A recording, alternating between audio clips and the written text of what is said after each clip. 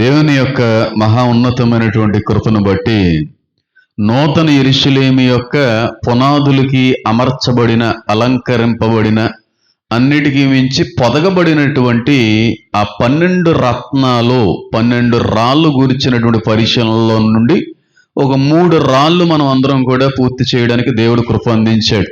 మొట్టమొదటి రాయ ఏ కుమారుడికి సాదృశ్యంగా ఉంది? రూబేనుకు సాదృశ్యంగా ఉంది. దేవుడు శ్రమను చూచి ప్రేమించి కుమారుడినిచ్చాడు. రెండవ రాయ రెండవ కుమారుడైనటువంటి షిమ్యోనుకు సాదృశ్యంగా ఉంది. షిమ్యోను యొక్క ఉద్దేశం, ఆ పేరు పెట్టడంలో ఉన్న ఉద్దేశం ఏంటి చెప్పండి, చెప్పాలి.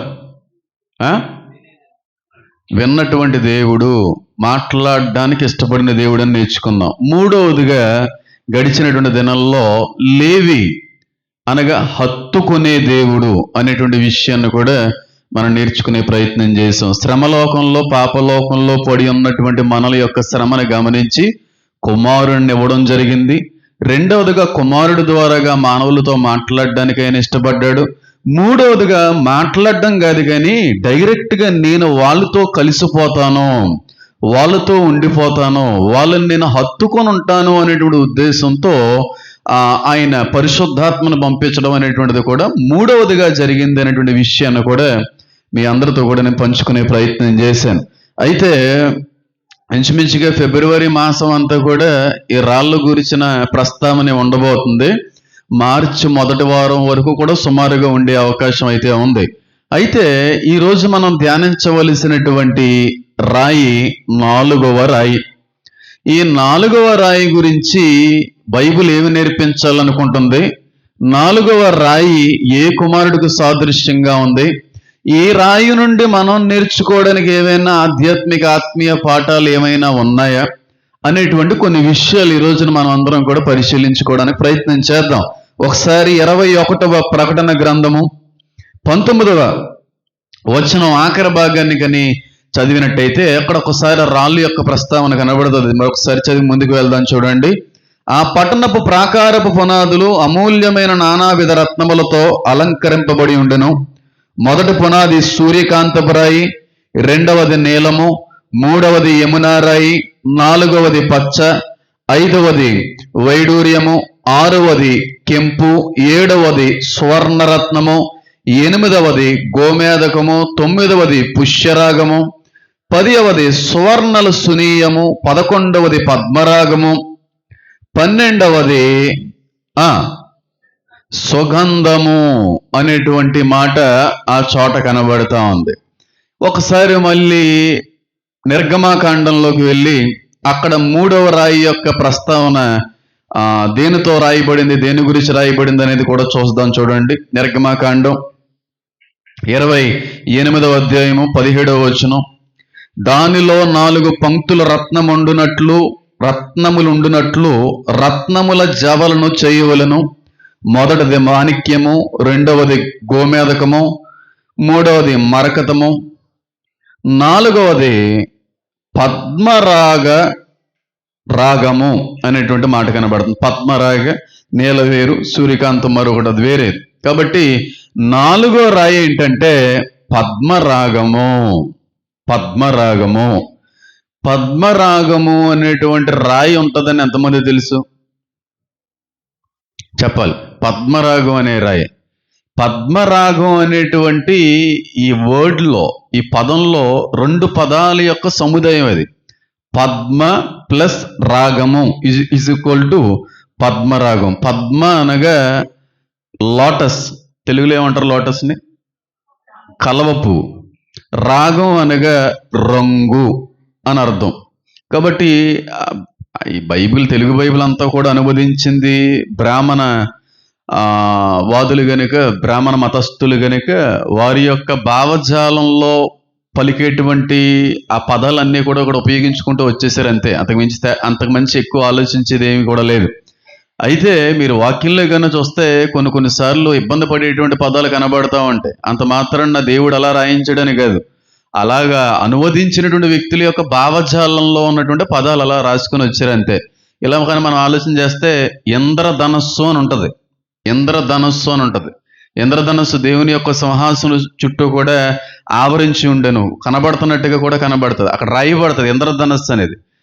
ఇంద్రుడు అనేవాడు ఏమన్నా మన వాక్యానికి సంబంధించినటువంటి దేవుడే కాదు. వాళ్ళ యొక్క భావజాలంలో ఉన్నటువంటి ఆ విధానాన్ని అక్కడ వాళ్ళు చూపించే ప్రయత్నం చేశారు. ఇంకొక చోట చూస్తే ఏముంటది, అది కొంచెం ఇబ్బందిగానే ఉంటుంది. శృంగార ద్వారము, శృంగార వనము, వాళ్ళ భావజాలంలో. దాని వెనకాల మనం తీసుకుంటే ఎన్నన్నా తీసుకోవచ్చు, కానీ దాని చాలా మంచి పదాలు, చాలా మంచి ఉద్దేశం కూడా దాని వెనకాల ఉంది. కాబట్టి ఇక్కడ పద్మరాగము అనగా చాలా రకాలైనటువంటి అర్థాలు అయితే వస్తూ ఉంది, కానీ ఇది ఒక రాయి. పద్మరాగము అనేటువంటిది ఒక రాయి, ఒక రంగు రాయి. ఇంతకీ మేము ఎప్పుడూ వినలేదండి, ఇదే మొట్టమొదటిసారి అండి పద్మరాగం అనే రాయి కూడా ఉంటుందన్న మాకు అసలు ఎప్పుడు తెలియదండి అన్న వాళ్ళు ఒకసారి చేయొద్దండి. పద్మరాగం అనేటువంటిది ఎప్పుడు వినలేదా? పోనీ తెలిసిన వాళ్ళు ఎంతమంది చేయొద్దండి. తెలిసిన వాళ్ళు ఉన్నామండి, పద్మరాగం పేరు మేము విన్నామండి అన్నవాళ్ళు ఎవరు లేరు. అయితే నేను ఈ మూడు సార్ల నుంచి కూడా చెప్తున్నటువంటి మాట ఏంటంటే, ఒక రాయికి ఒకే రంగు కానీ ఒకే పేరు కానీ ఉండదు. ఒక రాయికి చాలా రంగుల్లో రాయి లభ్యం అవుతుంది, చాలా పేరులతో కూడా ఆ రాయి పిలువబడుతుంది అనేటువంటి విషయాన్ని కూడా చాలాసార్లు నేను చెప్పే ప్రయత్నం చేశాను. ఇంగ్లీష్లో కానీ మనం చూసామనుకోండి, ఈ పద్మరాగము అనేటువంటి రాయి దగ్గర ఎమరాల్డ్ అనేటువంటి పదం ఉపయోగించబడింది. ఎమరాల్డ్ స్టోన్ అని పిలుస్తూ ఉంటారు. ఎక్కువగా ఈ రాయి ఎక్కడ కనబడతా ఉంటుందంటే, ఖరీదైనటువంటి వాచెస్లో ఈ రాయిని చాలా మంది పొదిగించుకుంటూ ఉంటారు. రోలెక్స్ అనేటువంటి వాచ్లో కూడా ఈ ఎమరాల్డ్ స్టోన్ అనేటువంటిది కూడా పొదిగిస్తూ ఉంటారు. రోలెక్స్ అనేది నా చిన్నతనంలో చాలా గొప్ప విషయం, కానీ ఈరోజు రోలెక్స్కి అంత సీన్ ఏమి లేదు. ఆ రోజుల్లో రోలెక్స్ కొనాలంటే వెనకాల బ్యాక్గ్రౌండ్ చూపించాలి, దాన్ని ప్రీ బుక్ చేసుకోవాలి, ఇవన్నీ ఉండేవి. ఈ రోజున 1,50,000 కూడా రోలెక్స్ వాచ్ అనేటువంటిది వచ్చేస్తుంది. పెద్ద విషయం అయితే ఏం కాదు, కానీ ఇలాగా కొన్ని విలువైనటువంటి శ్రేష్టమైనటువంటి ఆభరణాలలో, కొన్ని రకాలైనటువంటి వస్తువులలో ఈ ఎమరాల్డ్ స్టోన్ అనేటువంటిది పొదిగించబడతా ఉంటుంది. ఎందుకు ఈ రాయికి అంత ప్రత్యేకమైనటువంటి గుణం? ఏ కారణాన్ని బట్టి రాయిని అంత విలువగా ఆనాటి ప్రజలు ఈనాటి ప్రజలు కూడా దాన్ని ఎంచుతున్నారు అనే ఆలోచన కానీ చేసినట్టు ఇంకా బాగా చెప్తాను చూడండి. ఈ రాయిని పచ్చ అని కూడా పిలుస్తూ ఉంటారు. ఇప్పుడు ఎంతమందికి తెలుసు పచ్చ?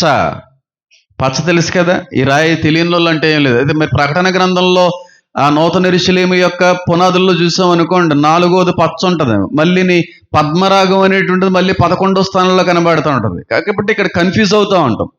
ఒకే రాయికి రకరకాలైన పేర్లు కూడా పెట్టబడ్డాయి, రంగులు కూడా ఉన్నాయి, కానీ ఒకే ట్రాన్స్లేషన్లో కానీ చూస్తే అన్నీ కూడా వేరువేరుగా కనబడే అవకాశం అయితే ఉంది. పచ్చ అనేటువంటి రాయిని చాలామంది ప్రత్యేకంగా ఎంచుతూ ఉంటారు. ఎందుకనంటే వాళ్ళ యొక్క ఫినాన్షియల్ గ్రోత్ బాగుంటుందని, ఆర్థిక పరిస్థితి మెరుగుపరచబడుతుంది అనేటువంటి ఉద్దేశంతో కూడా ఈ పచ్చను చాలామంది ధరిస్తూ ఉంటారు. రెండవదిగా ఈ పచ్చను ఎందుకు ధరిస్తూ ఉంటారంటే, ఫిజికల్ హెల్త్ బాగుంటుంది. ఫిజికల్ హెల్త్ అంటే ఆరోగ్య పరిస్థితులన్నీ కూడా బాగుంటాయి, మెంటల్ హెల్త్ కూడా చాలా బాగుంటుంది అనే ఉద్దేశంతో కూడా చాలామంది దీన్ని వినియోగించేటువంటి ప్రయత్నం చేస్తూ ఉంటారు. కానీ ఎక్కువ మంది పచ్చని ఈ దేశానికి సంబంధించినటువంటి ఒక దేవతగా కూడా చూస్తూ ఉంటారు. ఆ దేవత పేరు నేను చెప్పాలనుకోవట్లేదు. దేవత ధనానికి సాదృశ్యంగా ఉన్న దేవత, మీకు ఒక ఐడియా వచ్చేసి ఉంటుంది, దాని గురించి నేను ప్రస్తావించను. కాబట్టి పచ్చ అనేటువంటి రాయి ధరించుకోవడం వల్ల ఆర్థిక స్థితి మెరుగుపడుతుంది, ఫినాన్షియల్గా చాలా పరిస్థితులన్నీ కూడా బాగుంటాయి, రాబడి ఎక్కువ ఉంటుంది, ఆదాయం ఎక్కువ వ్యయం తక్కువ అనే ఉద్దేశంతో కూడా చాలామంది రాయిని ధరిస్తూ ఉంటారు. ఈ రాయిని ధరించే వాళ్ళు బయటే కాదు, నేను చాలామంది క్రైస్తవుల యొక్క వేలల్లో కూడా పచ్చని బోల్డ్సార్లు చూశాను. అయితే కనబడకుండా ఇంట్లో ఇది దాచుకుని ఎక్కడికైనా ఫంక్షన్కి వెళ్తున్నప్పుడు ధరించే వాళ్ళు ఉండొచ్చు, కానీ కొంతమంది అయితే బహిరంగంగాని రాళ్ళని ధరించుకుని మందిరాలకు వచ్చే క్రైస్తవులు కూడా నేను చాలా చోట్ల చూశాను. ఇక్కడైతే నాకు కనబడలేదేమో కానీ చాలా చోట్ల అయితే నేను చూశాను. వాళ్ళ ఉద్దేశం ఏంటంటే బాగుంటుంది, ఆదాయం ఎక్కువ వస్తుంది, కష్టపడినటువంటి డబ్బు అంతా కూడా నిలవబడుతుంది. ఇలాగ రకరకాలైనటువంటి మూఢనమ్మకాలతో ఈ రాయిని చాలా విలువైనటువంటి రాయిగా ఎంచుతూ ఉంటారు. నాకు తెలియగలుగుతాను, ఇప్పుడు రాయి ధరించుకుంటే డబ్బు సంపాదిస్తావా, డబ్బు సంపాదిస్తావా? రాయి ధరించుకుంటూ వచ్చేస్తుందా ఆకాశాల నుంచి? ఊడిపడిపోద్దా డబ్బు ఏమన్నా? మంత్రాలకు ఏమన్నా చింతకాయలు రాలుతాయా అని అనేవారు పెద్దవాళ్ళు, సామెతలు. రాళ్ళు ధరించుకుంటే కదా ఐశ్వర్యం వచ్చేది. యెహోవా ఆశీర్వాదము ఐశ్వర్యమునిచ్చును అని ఉంది బైబిల్లో. ఆయన ఇవ్వాలనుకుంటే ఒక వ్యక్తి ఆశీర్వదించబడతాడు, ఒక వ్యక్తి దీవించబడతాడు, ఒక వ్యక్తి ఆర్థికంగా మెరుగుపరచబడతాడు తప్ప జాతకాలు చూపించుకుంటేనో, రంగురాళ్ళు వేసుకుంటేనో, లేకపోతే సరైనటువంటి గడియకి బయటకు వెళ్తానో, ముహూర్తాలను ఫాలో అవుతానో ఒక వ్యక్తి ఏమీ ఆర్థికంగా మెరుగుపరచబడ్డో. ఆయన ఇవ్వాలి అని అనుకుంటూ వ్యక్తి ఐశ్వర్యవంతుడు అవుతాడు అని ఉంది. శ్రద్ధ గలవాడు ఐశ్వర్యవంతుడు అవును, బద్ధకస్తుడు దరిద్రుడు అగునని ఉంది. కష్టపడితే ఐశ్వర్యవంతులు అవుతాం, అంతేగాని ఇంట్లో కూర్చొని వచ్చేయాలి అప్పులు తీరిపోవాలనుకుంటే అప్పులు తీరో, డబ్బులు రావో. కష్టపడాలి. బద్ధకస్తుడు ఎప్పటికీ కూడా దరిద్రుడిగానే ఉంటాడు. శ్రద్ధ గలవాడే ఐశ్వర్యవంతుడు అవునని ఉంది. సమూయేలు గ్రంథంలో కానీ చూసామనుకోండి, ఒక వ్యక్తిని దరిద్రుడిగా మార్చాలన్నా, ఆ దరిద్రుని ఐశ్వర్యవంతుడిగా మార్చాలన్నా అది కూడా దేవుని చేతిలోనే ఉందని వాక్యం సెలవిస్తూ ఉంటే, కొంతమంది అజ్ఞానులు, బుద్ధిహీనులు, మూఢనమ్మకాల మీద అపరిమితమైనటువంటి విశ్వాసాన్ని ఇప్పటికే కూడా అనుసరించి వ్యక్తపరిచేటువంటి బుద్ధిహీనులు రంగురాళ్ళు ఎట్టుకోవాలండి, రాయి పెట్టుకుంటే జాతకపరంగా చాలా బాగుంటాయి ఏంటండి? నీ బొందేం కాదండి, నీ బొందేం కాదు. ఇంకా గట్టిగా మాట్లాడితే కొన్ని మాటలు కొంచెం ఇబ్బంది కలిగించే విధంగా ఉంటాయి కనుక నేను మాట్లాడట్లేదు. కానీ రంగురాళ్ళు పెట్టుకుంటే ఆర్థిక స్థితి మెరుగుపడడం ఏంటండి? రంగురాళ్ళు ధరిస్తే ఆర్థికంగా బాగోవడం ఏంటండి? గొప్పలు అవడం ఏంటండి? రంగురాళ్ళు కాదండి, ఆయన ఆశీర్వాదం ఐశ్వర్యాన్ని ఇస్తుంది. ఆయన అనుకుంటే నువ్వు ధనవంతుడవుతావు. అలాగని చెప్పి ఆయన అనుకుంటే నేను ధనవంతుడు చేయడు. ఆయన అనుకోవడంతో పాటుగా నీలో శ్రద్ధ కూడా ఆయన గమనించాలి. సోమరుల మంచం మీద పడుకొని అటు ఇటు దొర్లుతూ నా అప్పులు తీరిపోవాలి, సొంత ఇల్లు కట్టేయాలి, పెద్ద మేడ కట్టేయాలి, అది ఇది అనుకుంటే జరగదు. కష్టపడితే జరుగుతుంది ఏదన్నా. కష్టపడకుండా బిల్ గేట్స్ అనేటువంటి వ్యక్తి అంత ఐశ్వర్యవంతుడు అవ్వలేదు. కష్టపడకుండా ఎలాన్ మస్క్ అనేటువంటి వ్యక్తి అంతరిక్షానికి వెళ్ళలేదు. కష్టపడకుండా అంబానీ కూడా ఈ రోజున అంత ధనికుల్లో ఒక వ్యక్తిగా కనబడట్లేదు. కష్టపడినోడే ఐశ్వర్యవంతుడు అవుతాడు. అదృష్టం కలిసి వస్తానంటే ఏదో సామెత ఉంటా, పండింటి కొడుకు పడతాడు, నడిసొచ్చే కొడుకు పడతాడు. నీ బొంద ఎక్కడ నడిసొచ్చే కొడుకు ఎక్కడన్నా పడతా చూపించండి. అవి మాట్లాడుకోవడానికి బాగానే ఉంటాయి, నిజ జీవితంలో జరగడమే చాలా కష్టంగా ఉంటుంది. అదృష్టం కలిసి వస్తే నడిచే కొడుకు ఎలా పడతాడండి? ఎవడైనా మాట్లాడరాని పాకే పరిస్థితుల్లో ఉన్న కొడుకు పడతాడు. కానీ పుట్టడంతో నడిచే కొడుకు పడేస్తాడు ఎక్కడన్నా? పోనీ ఉంటా చెప్పండి. ఇవన్నీ మాట్లాడుకోవడానికి, ఇవన్నీ చెప్పుకోవడానికి బాగుండేటువంటి మాటలే తప్ప ఇంతకీ పనికొచ్చే మాట ఒక్కడు కూడా లేదని అనకూడదు. కానీ కొన్ని లేవంటాను నేను. అదృష్టం కలిసి రావాలన్నా సరే నువ్వు కష్టపడాలి. అదృష్టం నిన్ను వరించాలన్నా సరే నీ సోమరతనాన్ని నువ్వు విడిచిపెట్టాలి. నీ అప్పులు తీరాలన్నా సరే జ్ఞానవంతుడిగా నువ్వు వ్యవహరించాలి. గుర్తుపెట్టుకోండి మాట. శ్రద్ధ కలిగిన వాడు అని ఉంది, శ్రద్ధ కలిగిన వాడు అని ఉంది అక్కడ. జాగ్రత్త లేనివాడు అని లేదు అక్కడ. కొంతమంది 100 రూపాయలు వస్తే 99 రూపాయలు తినేస్తా ఉంటారు. 99 రూపాయలనే ఇంకా రూపాయి ఏం చేస్తారంటే అది కూడా తినేయడానికే, తర్వాత దాస్తారు రూపాయి. అదేంటంటే పాస్టర్ గారు, పూర్తిగా దేవుని యందు మన విశ్వాసం కలిగి ఉండాలి, దేవుడి మీద ఆధారపడి ఉండాలి, డబ్బుతో మనకేంటండి అని మీరే చెప్పారు కదండి అని అనొచ్చేమో. నా పరిపక్వత, నేను డబ్బు మీద ఆధారపడే వ్యక్తిని కాదు, ఆయన మీద ఆధారపడేటువంటి ఆ స్థితిలోకి వెళ్ళాను. అవసరాలన్నీ తీరతాయని చెప్తాను తప్ప ఫోకస్ డబ్బు మీద ఉంచునని అంటాను. మీరు అలా ఉండడం మంచిదే, మీరు ఆ స్టేజ్కి వెళ్తే సంతోషమే. అలాగని చెప్పి ఇష్టానుసారంగా డబ్బు ఖర్చు పెట్టాలని నేను ఎప్పుడు కూడా అనలేదు, వాక్యం కూడా చెప్పట్లేదు. శ్రద్ధ కలిగిన వాడే ఐశ్వర్యవంతుడు అవుతాడు. కష్టపడకుండా ఎవడో కూడా జీవితంలో బాగుపడలేడు. సోమరుల దగ్గరికి చేమలు కూడా రావంటాను నేను. మళ్ళీ చెప్తున్నా, బాగా గుర్తుపెట్టుకోండి. సోమరి పోతుల దగ్గరికి చీమలు కూడా రావు. ఎందుకంటే వాడికే తినడానికి ఉండదు. ఇంకా ఆ చీమలకి ఏం పెడతాడు ఈ దరిద్రుడు? కష్టపడాలి. శ్రమ పడాలి. మన ఆలోచనలు, మన ఆశలు, మన ఆశయాలు, మన ఇష్టాలన్నీ కూడా నెరవేరాలంటే కూర్చుంటే జరగదో, కష్టపడితేనే అవుతుంది. సొంత ఇల్లు కట్టాలనుకుంటున్నామండి, ప్రార్థన చేసేస్తున్నామండి. ఏమన్నా సొంత ఇల్లు ఏమన్నా పరలోకం నుంచి ఏమైనా దిగుబడిపోద్దండి? ఏమన్నాని అప్పులు తీరిపోవాలని చెప్పి తెగ ప్రార్థన చేసేస్తున్నామండి. 2-3 సంవత్సరాల నుంచి అప్పుల కోసమే తీరవండి, అప్పులు తీరవండి. శ్రద్ధ కలిగి అప్పులు ఉన్నాయనేటువంటి జాగ్రత్తతో నువ్వు బ్రతకడం అనేటువంటిది కానీ మొదలు పెడితే, అప్పులు తీర్చాలి అనే ఆలోచనతో ఎంతో కొంత నువ్వు ప్రక్కన పెడితే అప్పులు తీరతాయి తప్ప, వచ్చినట్టుగానే ఖర్చు పెడుస్తూ ప్రార్థన చేస్తున్నామండి అప్పులు తీరిపోవాలని. ఎందుకు తీరతాయండి? అప్పు చేయమన్నాడండి ఆయన ఏమన్నా వాక్యంలో? అప్పు చేయమని ఉందా బైబిల్లో ఎక్కడన్నా? వాక్య విరుద్ధమైన రీతిలో చేసి, వాక్య విరుద్ధమైన రీతిలో బతుకుతూ, పైగా వాక్య విరుద్ధమైనటువంటి పనుల వల్ల వచ్చిన నష్టాన్ని నుంచి నాకు విడుదల కావాలి అని చెప్పి ఇంకా అదే బ్రతుకులో బ్రతుకుతుంది పని అవదు. నీకున్న దానిలో నీ ప్రయత్నాలు చేయి. లేని వాటిని తెచ్చిపెట్టుకుని లేనిపోని కష్టాలు తెచ్చిపెట్టుకోమని బైబిల్లో ఎక్కడ కూడా రాయబడలేదు. ఈరోజు లేని ఒక అశాంతిని మనం తెచ్చిపెట్టుకోవడంలో ప్రధానమైన పాత్ర ఏదన్నా ఉందంటే చెప్పమంటారా? అప్పే.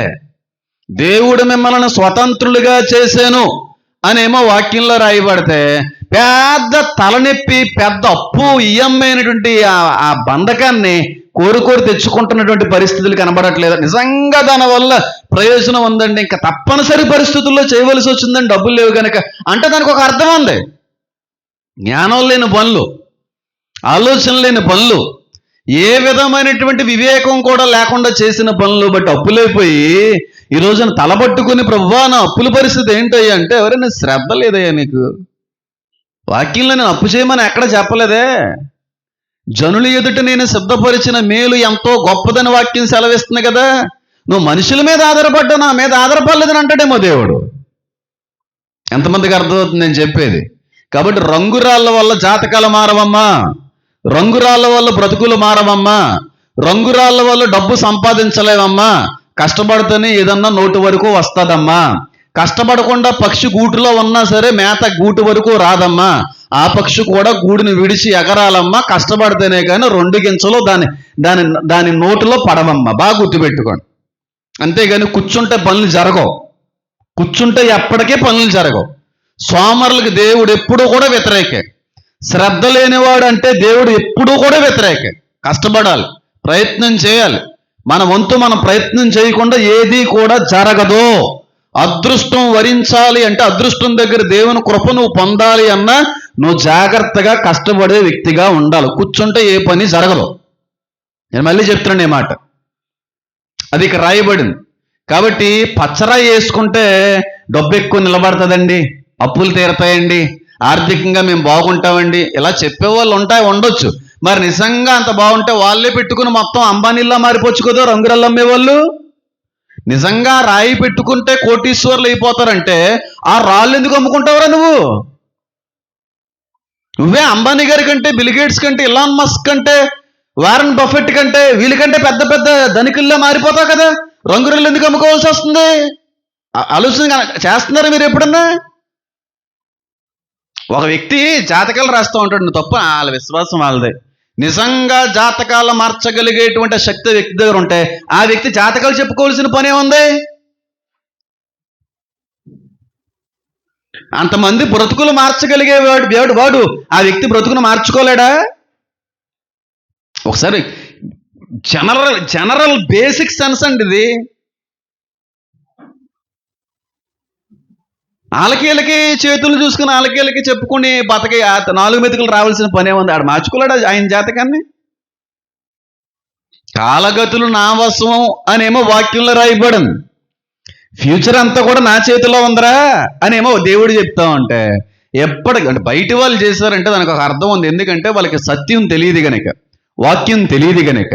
ఈ రోజున సర్వ సృష్టికి కారణభూతుడైనటువంటి దేవుడు వాళ్ళకి దూరంగా ఉన్నాడు కనుక, దేవునికి వాళ్ళకు దూరంగా ఉన్నారు కనుక వాళ్ళు అలా చేశారంటే దానికి ఒక అర్థం ఉందమ్మా. అన్నీ తెలిసినటువంటి మనం కూడా ఇంతకే ఇంకా కొంతమంది చెప్తుంటారు, ఈ సంవత్సరం జాతకం బాగాలేదండి బాబు, ఈ సంవత్సరం అసలు రాశి ఫలాలు ఏం బాగాలేదండి, అయ్యి బాబోయ్ మొన్నే చూసుకున్నామండి బాబు, చాలా జాగ్రత్తగా ఉండాలంటండి, అసలు పరిస్థితి ఏం బాగాలేదండి, బైబిల్ వదిలేసి కాలంలో పాడేసి శుభ్రంగా ఆ చిలక జ్యోతిష్యం చెప్పుకుని బతికే నీ మోకం తాగలయ్యా. గ్రహస్థితి బాగలేదండి. ఎన్ని గ్రహాలు ఉన్నాయండి? ఎన్ని గ్రహాలండి? ఎన్నండి? 9 అండి. నవగ్రహాలండి. 9 ఉన్నాయండి సర్వసృష్టిలో గ్రహాలు. కొన్ని కోట్ల గ్రహాలు ఉన్నాయండి. దానికి సమాధానం ఏం చెప్తారండి? సూర్యుడు గ్రహం అండి, చంద్రుడు గ్రహం అండి. ఇలా కొన్ని కోట్ల కోట్ల కోట్ల కోట్ల కోట్ల గ్రహాలు ఉన్నాయి. వాటికి పేర్లు కూడా తెలియదు, కానీ వాటి పేరు పెట్టింది నేను అంటున్నాడు బైబిల్లో దేవుడు. ఆ నక్షత్రాల పేర్లు నాకు తెలిసి అంటున్నాడు ఆయన, వాటి లెక్క నాకు తెలిసి అంటున్నాడు ఆయన. ఆయన్ని పట్టుకోవట్లేదు మనం, ఈ 9 అడ్లని పట్టుకుని ఏడుస్తున్నాం. ఆలోచించేయండి. కాబట్టి ఇదంతా నేను మాట్లాడి ఇబ్బంది పెట్టాలన్న ఉద్దేశం కాదు, కానీ కొంతమంది అజ్ఞానులు, బుద్ధిహీనులు, మూఢనమ్మకం మీద అపరిమితమైనటువంటి విశ్వాసంలో కొనసాగుతున్నటువంటి క్రైస్తవులను ఉద్దేశించి మాట్లాడుతున్నాను. మీరు అలా కానంటే అప్పటికి కూడా మీ జీవితంలో దేవుడు బాగు చేయలేడో, బాగు చేయడు కాదు, చెయ్యలేడో. ఎందుకంటే విశ్వాసం ఆయన మీద నువ్వు ఉంచనప్పుడు ఆయన ఎందుకు చేస్తాడు? ఎలా చేయగలడు? విశ్వాస సహితమైన ప్రార్థన ఆ వ్యక్తి పట్ల కార్యం చేస్తుందని ఉంది. నీకు విశ్వాసమే లేదు ఆయన మీద, ఆయన్ని ఎలా చేయగలడు? ఎంతో కొంత నమ్మకం ఇస్తే ఆయన ఏమైనా చేయగలడు. అది మొట్టమొదటి విషయం. కాబట్టి ఈ పచ్చ అనేటువంటిది, పద్మరాగం అనేటువంటిది 4వ రాయ ఎవరికి సాదృశ్యంగా ఉందండి అనే ఆలోచన కానీ మనం చేసినట్టయితే, ఆదికాండం 29వ అధ్యాయంలో ఆ 4వ కుమారుడి యొక్క ప్రస్తావన కనబడుతుంది. ఒక్కసారి మనం పరిశీలించడానికి ప్రయత్నం చేద్దాం. చూడండి, ఆదికాండం 29వ అధ్యాయము ఆఖరి వచనం నేను చదువుతున్నాను. చూడండి, ఈ 4వ కుమారుడి యొక్క ప్రస్తావన. ఆమె మరలా గర్భవతి అయి కుమారుని కని ఈసారి మాత్రం యెహోవాను స్తుతించదననుకొని యోధా అనే పేరు పెట్టెను అనేటువంటి మాట కనబడుతుంది. మొట్టమొదటి 3 కుమారులు పుట్టినటువంటి సందర్భంలో ఒక్కొక్కసారి ఒక్కొక్క రకమైనటువంటి మాట పలికింది. 4వ కుమారుడి దగ్గరకు వచ్చేసరికి మాత్రం ఆవిడ అంటున్న మాట ఏంటి తెలుసా? ఈసారి తప్పకుండా దేవుణ్ణి ఏం చేస్తానన్నమాట, స్తుతిస్తాను అనుకొని పెట్టిన పేరు యోధ. అంటే ఇప్పటి వరకు దేవుని స్తుతించలేదన్నమాట. అంటే ఫస్ట్ 3 కొడుకుల విషయంలో దేవుడి స్తుతి పొందుకోలేదు. ఈవిడిని బట్టి, దేవుడి మూలంగా పొందుకున్నటువంటి మేలును బట్టి ఈవిడ ఇంకా దేవుని స్తుతించలేదు. ఎప్పటి నుంచి కొత్తగా స్టార్ట్ చేస్తానంటుంది వ్యక్తి. ఈ సబ్జెక్ట్ గురించి నేను మాట్లాడట్లేదు. ఈ సబ్జెక్ట్ గురించి మాట్లాడాలనుకుంటే ఇంకా బాగుంటుంది ఆ సబ్జెక్ట్, కానీ అది కాదు. జస్ట్ నేను టచ్ చేసి మీకు కొంత బేసిక్ నాలెడ్జ్ అనేటువంటిది తెలియజేయడానికే తప్ప ఇది నేను పరిశీలించేది కాదు. కాబట్టి అక్కడ రాయబడి చూడండి, లేయమ్మ ఏమంటుందంటే, మరలా గర్భవతి కుమారుని కని ఈసారి యెహోవాని స్తుతించదననుకొని యోధా అను పేరు పెట్టెను అనేటువంటి మాట ఆ చోట కనబడుతూ ఉంది. యోధ అంటే ఈ 4వ రాయి పద్మరాగము అనేటువంటి రాయి ఏ కొడుక్కి సాదృశ్యంగా ఉందన్నమాట? 4వ కొడుకు అయినటువంటి యోధాకు సాదృశ్యంగా ఉంది. ఆ యోధ అనేటువంటి పేరు పెట్టడంలో ఉన్న ఉద్దేశం కూడా దేవుణ్ణి స్తుతించుట, దేవుణ్ణి స్తుతించుట. అయితే మీరు గమనించారో లేదో కానండి, ఈ లేయా గారి యొక్క అనుభవం మనలో కూడా చాలా మందిలో కనబడతా ఉంటుంది. ఈసారి కానీ దేవుడి పని కానీ చేసి పెట్టాడా, ఈసారి కానీ దేవుడి ప్రార్థనకు జవాబిచ్చాడా, ఈసారి కానీ నేను అనుకున్నది కానీ దేవుడు జరిగించాడా, ఇక నుంచి నేను ఖచ్చితంగా ప్రార్థన చేస్తాను అంటే ఇప్పుడు లేదా ప్రార్థన ఏదో జరిగితేనే ప్రార్థించాలన్నమాట, ఏదో జరిగితేనే ఆత్మ సంబంధమైన తీర్మానాలు తీసుకోవాలన్నమాట. ఈసారి కానీ ఇది జరిగిందనుకోండి, తెల్లవారుజామున ప్రార్థన ఖచ్చితంగా మొదలెడతాను ప్రభువా. ఈసారి కానీ ఇది కానీ నెరవేరిందంటే ప్రభువా రోజు బైబిల్ చదువుతాను ప్రభువా. ఈసారి కానీ అనుకున్నది కానీ నెరవేర్చావంటే ప్రభువా ఇంక క్రమం తప్పకుండా రోజు ప్రార్థన చేయడం మొదలు పెడతాను ప్రభువా. అంటే చెయ్యకపోతే చేయవన్నమాట. ఏదో ఒకటి చేస్తేనే దేవుడు అన్నమాట, ఏం చేయకపోతే దేవుడు కాదన్నమాట. ఏదో చేస్తేనే స్తుత, ఏదో చేస్తేనే ప్రార్థన. దేవుడిని ఏదో నువ్వు అడిగినప్పుడు అది జరిగిస్తేనే దేవుడా, అంటే అది జరిగించకపోతే దేవుడు కాదా? అంటే పౌలు గారు ఆరాధించే దేవుడు దేవుడు కాదన్నమాట. ఎందుకంటే ముమ్మారు నేను ప్రార్థించినప్పటికీ కూడా నా ప్రక్కలో ఉన్న ముళ్ళు మాత్రం పోలేదు ఆయనకి. అంటే దేవుడు కాదన్నమాట, వదిలేసాడన్నమాట దేవుణ్ణి. కొంతమంది, అందరూ ఇలాగే ఉంటారని నేను అనట్లేదు, కానీ కొంతమంది మాత్రం ఉంటారండి, దేవుడితో వ్యాపారం చేస్తూ ఉంటారండి. దేవుడితో వ్యాపారం. భక్తి అనేటువంటి దానికి, మొక్కు అనేటువంటి దానికి సంబంధం లేదు. మొక్కు వేరు, భక్తి వేరు. భక్తి అనేటువంటిది అనుదినము అనుక్షణము కనబడేది. మొక్కు అనేటువంటిది సందర్భానుసారంగా మాత్రమే వినబడేది. మొక్కు చేయడం తప్పని ఏమంటలే. అలాగని చెప్పి జుట్టు ఇవ్వడం ఇలా, అలాగని చెప్పి పౌలు గారు జుట్టు ఇచ్చారంటారు మై బాబు, దాని వెనకాల చాలా పెద్ద సబ్జెక్ట్ ఉంది. ఇలాంటి ప్రశ్నలు కూడా ఎదురైంది నాకు. అవన్నీ ఆధారం చేసుకుని జుట్టు ఇచ్చేస్తున్నారండి చాలా చోట్లకి వెళ్ళి. ప్రసాదం తినకూడదు అని వాదించాం ఇప్పటి వరకుని. ఏకంగా క్రైస్తవ్యంలో ప్రసాదం వచ్చిందంటే మీరు నమ్ముతారా? ఒక నిమిషం నేను షాక్ అయిపోయాను. ప్రసాదం అంటే ఎక్కడ ఉంటే బాగుండు. ఇలాంటి బోల్డ్ వస్తూ ఉంటాయి, మనకు అంత అవకాశం లేక నేను చూడండి, కానీ ఇవన్నీ ఎక్కడ ఉంటాయో, ఉందో లేదో.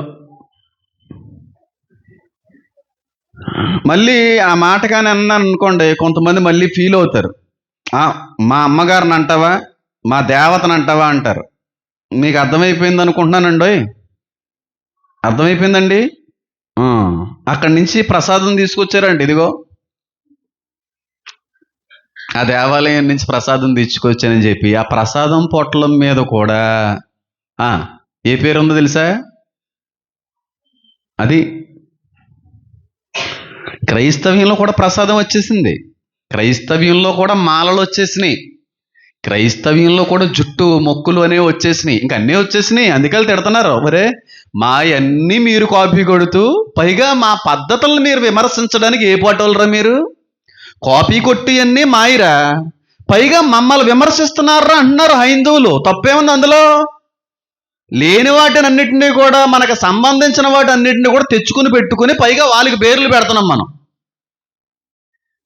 క్రైస్తవ్యంలో ప్రసాదం వచ్చిందమ్మా, నేను అది మిస్ అయింది, కానీ ఆ పొట్ల మీద ఆ దేవస్థానం యొక్క పేరు ఉంది. క్రైస్తవ దేవస్థానం అని పెట్టేశారు దానికి పేరు. అక్కడి నుంచి తెచ్చుకుని పెట్టుకున్నారు, అది కూడా డబ్బులకే. మొక్కులు, అది ఆ కాలం వేరు, ఆ పరిస్థితులు వేరు, ఆ టైం లైన్ వేరు. అవన్నీ ఇప్పుడు కాదు. ఆత్మతో సత్యముతో ఆరాధించే టైంలోకి వస్తాం మనం. ఆత్మతో సత్యముతో ఆరాధించేటువంటి ఆ పరిస్థితులకి మనం వచ్చేసాం.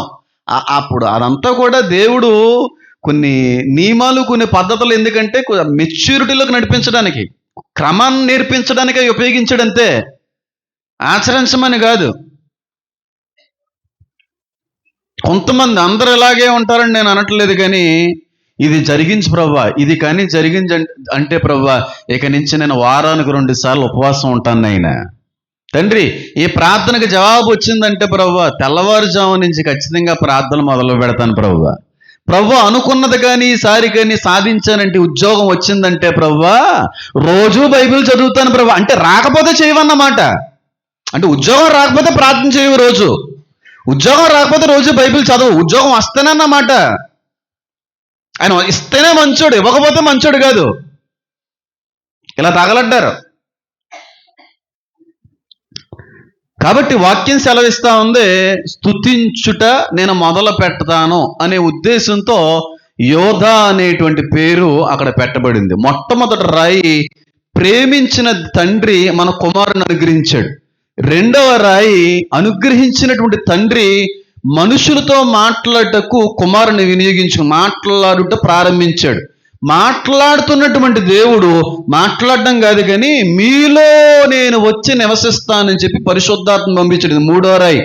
4వదిగా నిజంగా ఆత్మతో నింపబడిన వ్యక్తివైతే, నిజంగా దేవుని యొక్క ఔన్నత్యాన్ని రుచి చూసినటువంటి వ్యక్తివైతే, నిజంగా దేవుని యొక్క దైవత్వాన్ని, ఆయన యొక్క గొప్పదనాన్ని, ఆయన యొక్క మహాత్యాన్ని నువ్వు అనుభవించిన వ్యక్తివైతే, ఒక మాటలో చెప్పాలంటే 3వ రాయికి సాదృశ్యంగా ఉన్నటువంటి పరిశుద్ధాత్మను నిజంగా నువ్వు పొందుకున్న వ్యక్తివైతే, నిజంగా నువ్వు హృదయంలోకి నువ్వు తెచ్చుకొని పెట్టుకున్న వ్యక్తివైతే, స్తుతించుట మానవు, స్తుతించకుండా ఉండలేవు. స్తుతించుట యథార్థవంతులకు. ఇలాంటివన్నీ అలా గుర్తు చేస్తుంటే మాట్లాడుకుంటే బోల్ టైం అయిపోద్ది. స్తుతించుట యథార్థవంతులకు శోభస్కరం అంటున్నాడు ఆయన. నిజంగా పరిశుద్ధాత్మను ఒక వ్యక్తి పొందుకుంటే దేవుణ్ణి స్తుతించకుండా ఉండలేరు. పరిశుద్ధాత్మని పొందుకోవడంలో ఉన్న ఉద్దేశాలు ఎన్నున్నా, పొందుకున్న తర్వాత వ్యక్తిలో కనబడేటువంటి ప్రత్యేకమైన లక్షణం ఏంటో తెలుసా? ప్రైజ్ చేయకుండా దేవుణ్ణి ఉండలేడు, థ్యాంక్స్ చెప్పకుండా దేవుడికి ఉండలేడు. స్తుతి అనగా థ్యాంక్స్ చెప్పుట, థ్యాంక్స్ గివింగ్ అంతే, కృతజ్ఞత చెల్లించుట అని అర్థం. స్తుతి వేరు, ఆరాధన వేరండి. ఈ రెండు వేరు వేరు. ఈ రెండు ఒకటే అనుకున్నారు కనుక ఏం చేస్తున్నారమ్మా? స్తుతిస్తున్నామండి, స్తుతులు చెప్పుకుంటున్నామండి. స్తుతి అంటే ఒకే ఒక మాట తెలుసా? థ్యాంక్స్ ప్రభు అని చెప్పడం. స్తుతి స్తుతి స్తుతి స్తుతి స్తుతి 100 సార్లు చెప్తారు. దాని అర్థం ఏంటి? Thanks thanks thanks thanks. 100 సార్లు ఎందుకు? ఒకసారి చెప్తే సరిపోదా? అదేంటంటే పాస్టర్ గారు, స్తుతులు నేర్పించింది మీరే కదండి. దానికో సందర్భం ఉంటుందండి. స్తుతి ఆరాధన వేరుంటుందండి, స్తుతించట వేరండి, ఆరాధన వేరండి. ఆరాధన అనగా వర్షిప్ అనగా ఆత్మతో సత్యముతో ఆరాధించడం అంటే ఏమని చెప్పాను? సరెండరింగ్ బిఫోర్ గాడ్, దేవునికి సంపూర్ణంగా సమర్పించుకొనుట, అది ఆరాధన అని చెప్పి అన్నాం. దీనికి కూడా అర్థం తెలియదు చాలా మంది. స్తుతి అనగా ఇంగ్లీష్లో ప్రైజ్ అని ఉంటుంది. ప్రైజ్ అని ఉంటుంది. ప్రైజ్ లాడ్ అని మాట్లాడుతుంటాం కదండి చాలాసార్లు. ప్రైజ్ లాడ్ అని, కొంతమంది అయితే ప్రైజ్ లాడ్ చెప్పకూడదు అంటూ ఉంటారు. కొంతమంది ప్రైజ్ లాడ్ అంటే థ్యాంక్స్ ప్రభు అని చెప్పి. ఒక వ్యక్తి నాకు ఎదురుపడ్డాడు, ఆ వ్యక్తి క్రైస్తవుడై ఉన్నాడు. ప్రైజ్ లాడ్ అన్నాడంటే, ప్రభు ఈ వ్యక్తిని నేను చూడడానికి మీరు ఇచ్చిన కృపను బట్టి థ్యాంక్స్ నైనా, మేమిద్దరం కలుసుకోవడానికి మీరు ఇచ్చిన అవకాశాన్ని బట్టి థ్యాంక్స్ ప్రభు, ఈరోజు మేమిద్దరం సజీవులమై ఉన్నందుకు వరకు మీకు థ్యాంక్స్ ప్రభు. దాని అర్థం అది ప్రైజ్ లాడ్ అంటే. పరిశుద్ధులు ఒకరినొకరు ఏం చెప్పుకోండి? వందనములు చెప్పుకోండి. దాని ట్రాన్స్లేషన్స్ వేరే ఉంటాయి, చెప్తాను తర్వాత ఎప్పుడు నేను కూడా. కాబట్టి స్తుతి అనగా అసలు సిసలైనటువంటి ఉద్దేశం ఏంటంటే దేవునికి థ్యాంక్స్ చెల్లించుట. నిజంగా పరిశుద్ధాత్ముడిని మనం పొందుకున్న వ్యక్తులమైతే నిరంతరము, అనుక్షణము, ప్రతి విషయమునందు కూడా దేవునికి ఏం చెల్లిస్తూ ఉంటామని తెలుసా? స్తుతి చెల్లిస్తూ ఉంటాం. ఏదో ఒక సందర్భం వచ్చినప్పుడు, ఏదో ఒక కార్యం జరిగినప్పుడో, ఏదో అనుకున్నవన్నీ కూడా నెరవేరినప్పుడో, ఎప్పుడో ఆశపడిందంతా కూడా తృప్తిపరచబడినప్పుడు కాదు థ్యాంక్స్ అనేది. పరిశుద్ధాత్ముడిని పొందుకున్న వ్యక్తిలో కనబడే అసలు సిసలైనటువంటి గొప్ప ప్రత్యేకమైన అనుభవం ఏంటో తెలుసా? ప్రతి క్షణము కూడా ఆ వ్యక్తి దేవునికి థ్యాంక్స్ చెప్తా ఉంటాడు. థ్యాంక్స్ చెప్తూ ఉంటాడు. ప్రతి విషయమునందు కూడా థ్యాంక్స్ చెప్తా ఉంటాడు. ఒక మాటలో చెప్తాను చూడండి. 1 తెస్సలోనీయులకు రాసినటువంటి పత్రిక ఒకసారి తీసి నేను ముందుకు వెళ్ళిపోయే ప్రయత్నం చేస్తాను. 1 తెస్సలోనీయులకు రాసినటువంటి పత్రిక 5వ అధ్యాయము. 1 తెస్సలోనీయులకు రాసినటువంటి పత్రిక 5వ అధ్యాయం 16 నుంచి చదువుతున్నాను చూడండి. ప్రతి విషయమునందును కృతజ్ఞతాస్తుతులు చెల్లించండి, ఎలాగు చెయ్యుట యేసుక్రీస్తునందు మీ విషయములో దేవుని ఇష్టమే. చిత్తమే అంటే, చిత్తం అంటే ఒకటే దేవుడి ఇష్టం. చిత్తం అంటే 100 సార్లు చెప్తున్నాను నేను. చిత్తము అనేటువంటి పదానికి పక్కన రాసుకోవాలనుకుంటే దాని అర్థం ఇష్టం. దేవుడి చిత్తం అంటే దేవుని ఇష్టాన్ని జరిగించుట, నెరవేర్చుట. పెద్దగా ఏం ఆలోచించింది ఏం కాదు. ఇక్కడ దేవుడికి ఇష్టమైనటువంటి పని ఏంటో తెలుసా? ప్రతి విషయమునందు కూడా దేవునికి కృతజ్ఞతాస్తుతులు చెల్లించుట ఆయనకి ఇష్టం. ఆయనకి చాలా ఇష్టమైన పని ఏదన్నా ఉందంటే, నరులైనటువంటి మనం ప్రతి విషయమునందు దేవుడికి థ్యాంక్స్ చెప్పడం అంటే ఆయనకి ఇష్టం. థ్యాంక్స్ చెప్పించుకోవడం అంటే ఆయనకి ఇష్టం. అంటే ఏమీ చేయకుండా థ్యాంక్స్ అని చెప్పించుకునే దేవుడు కాదు. ప్రతి విషయమునందు కూడా ఆయన కృప వర్ధిల్లుతున్నది మన జీవితంలో అనుకున్నవాడు మాత్రమే థ్యాంక్స్ చెప్పగలడు. కలిగి ఉన్నదేదియో ఆయన లేకుండా కలగలేదు. కలిగిందంటారా? ఈ రోజున నాసికారంధ్రాలు ఊపిరి ఉందగనికే మందిరంలోకి వచ్చి ఆరాధించగలుగుతున్నాం. దానికి గల కారణం ఎవరు? ఆయన కృప. ఈ రోజున నీ ఫ్యామిలీ అంతటితో కూడా సుఖంగా కూర్చుని భోజనం చేస్తున్నావంటే దానికి కారణం ఎవరు? కృప. ఈ రోజున వర్షం వచ్చినా సరే చినుకులు నీరు ఏ ఇబ్బందులు లేకుండా మంచి ఇంటిలోనూ 4 గోళ్ళ మధ్యన కట్టబడ్డావంటే దానికి కారణం ఎవరో? అది ఆయనే. ప్రతి విషయంలో కూడా ఆయన కృప పనిచేస్తూ ఉంటుందండి.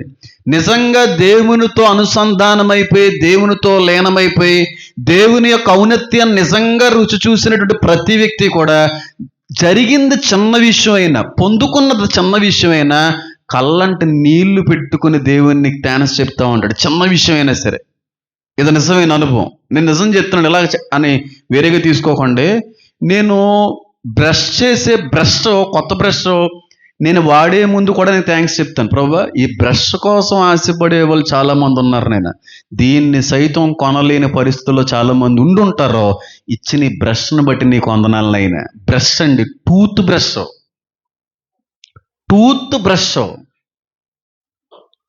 వెళ్ళారా? ఆ బ్రష్ కొనుక్కుంటే ఎందుకు 10 రూపాయలు అని చెప్పి ఆ పుల్ల ముక్కలతో పళ్ళు తోముకునే వాళ్ళు లేరు. బ్రష్ పాడైపోయినా సరే 10 రూపాయలు దానికి ఖర్చు పెట్టడం ఎందుకని చెప్పి బ్రష్ అంతా దాని షేప్ అవుట్ అయిపోయినా, కొంతమంది బ్రష్లు ఉంటాయి అది పళ్ళు తోముకునే బ్రష్ల్లా ఉండవు, బట్టలు ఉతికి బ్రష్ల్లా ఉంటాయి. ఏం చేస్తున్నావు నాయన అంటే బ్రష్ నవిలేస్తూ ఉంటారు. పళ్ళు తోమడానికి కాదు, అది నవ్వులుతూ ఉంటారు. ఆ బ్రష్ని బ్రష్ చేయడం మొదలెట్టింది 7 గంటలకి, పూర్తయినది 9 గంటలకి. ఈ 2 గంటలు అమ్మగారు అయ్యగారు ఏం చేస్తూ ఉంటారు? పళ్ళు తోముకుంటున్నాను మమ్మీ, ఒకసారి బ్రష్ బయటకు చూపించమ్మా అంటే దాని బ్రిజిల్స్ ఉండవు. ఎంతకని తెలుగులో ఏమంటారు నాకు తెలియదు. బ్రిజిల్స్ని అవి తెల్లగా ఉంటాయి కదా, పొడిగ్గా, అయ్యే ఉండవు. అవన్నీ ఇలా అయిపోయి ఆ బ్రష్తో సంవత్సరం వాడేసే వ్యక్తులు ఉంటారండి బాబు. కొంతమంది సంవత్సరం తరబడి వాడేస్తూ ఉంటారు 10 రూపాయల బ్రష్ని పట్టుకొని. బ్రష్ అయినా, తలగడి దిండ్లైనా, వాడేటువంటి టవల్స్ అయినా, ఇన్నర్స్ అయినా ఇన్ని వారాలకి మార్చాలని ఉంటుంది. 6 మంత్స్కి మించి ఇన్నర్స్ వాడకూడదు. అది హైజీనిక్ కాదు, అది ఆరోగ్యపరంగా కూడా మంచిది కాదు. వైద్య నిపుణులు కూడా చెప్పిన మాట అది. రైట్? బ్రష్ కూడా ఇంత వయసే. ప్రతిదానికి ఎక్స్పైరీ డేట్ ఉండదా? మరి ఇన్నర్స్కి ఉండదే. కొంతమందికి ఎక్స్పైరీ డేట్. ఏసీలా గాలి తగలాలనుకుంటారు ఏంటో తెలియదు కానీ ఇంకా మొత్తం ఊర్లో ఉన్న కన్నాలన్నీ వాటికే ఉంటాయి కొంతమందికి. ఏరా అబ్బాయిలు, ఇలా అంటున్నాను, తప్పుగా తీసుకోకండి. గాలి బాగా ఆడ్డాను కొంతమంది, పైగా అందరికీ కనబడేలాగా కొంతమంది ఆరబెడతా ఉంటారు అక్కడే ఇక్కడనే. ఆ ఎదురింటిలో పక్కింటిలో చూస్తారులే, వాళ్ళు ఏమైపోతారా నాయన అంటే. నేను ఎవరిదో చూసానని నేను అనట్లేదు కానీ ఈ విషయంలో కొంచెం జాగ్రత్త అవసరం అని అంటున్నాను అంతే. అది పరిస్థితి. కాబట్టి బ్రష్ కొంతమంది అంత భయంకరంగా వాడుతూ ఉంటారండి బాబు. నేను వాడాను చిన్నప్పుడు. నేనేమి అతీతుని ఏం కాదు, నేనేం గొప్పని ఏం కాదు. ఒరే మీ నాన్నగారు నీకు బ్రష్లు కొనలేక ఇబ్బంది పడిపోతున్నారా అంద మా అమ్మ. ఏమ్మా, బ్రష్ ఎవరైనా 10 నిమిషాలు చేస్తారు, 5 నిమిషాలు చేస్తారు, నువ్వు 2 గంటలు చేస్తావనైనా. ఈ రోజు బ్రష్ చేస్తే రేపటికి దాన్ని షేప్ అవుట్ అయిపోతున్నానా. ఎప్పటికీ కొన్ని సందర్భాల ఆ బ్రష్ అలాగ అయిపోతుంటుంది నాకు. అర్థమవుతుంది నేను చెప్పేది? ఎక్కడ మొదలు పెట్టాను నేను? బ్రష్ దగ్గరే మొదలెట్టాను. ఎక్కడో కృప. చిన్న విషయాల్లో, అన్ని విషయాల్లో కూడా దేవునికి కృతజ్ఞతాస్తుతులు చెల్లించగలిగే వ్యక్తిగానే ఉన్న ఈరోజు మందిరంలోకి నీ అంతటగా నువ్వు నడిచొచ్చి కుర్చీల్లో కూర్చొని చక్కగా యేసులో వాక్యం వినగలుగుతున్నావు అంటే దేవుని యొక్క కృప అండి.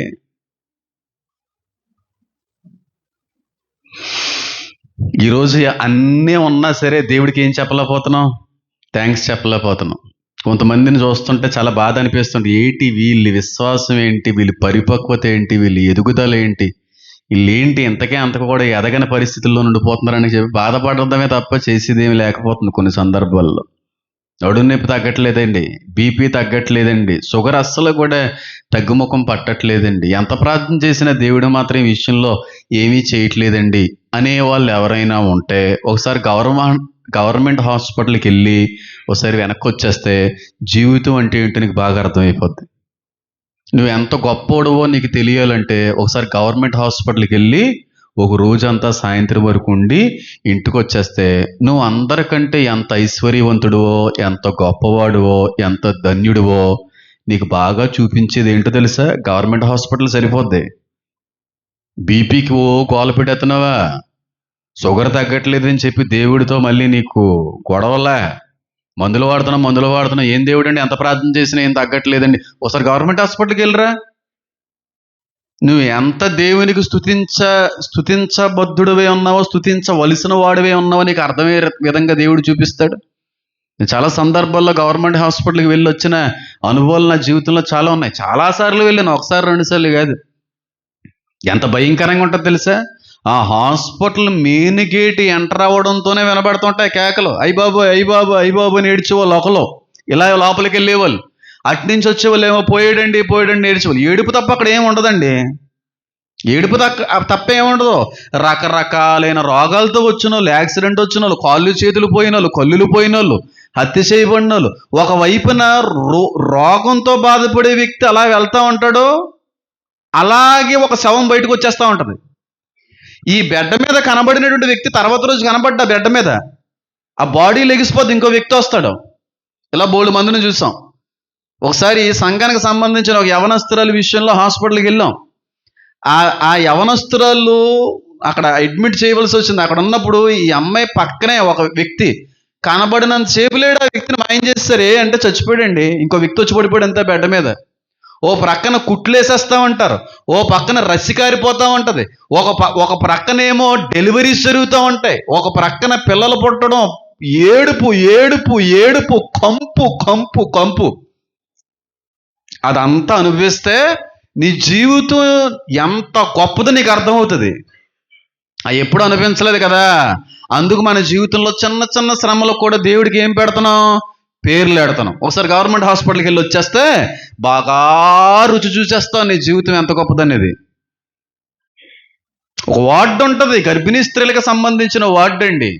ఎంత ఏడుపు, ఆ స్మెల్ ఎంత భయంకరంగా ఉంటుందో తెలుసా? ఆ తల్లులు ఎంత వేదన అనుభవిస్తూ ఉంటారో తెలుసా? ఆ రక్తం అంతా అలాగా, అది వర్ణించడానికి కూడా నాకు చాలా ఇబ్బందిగా ఉంది.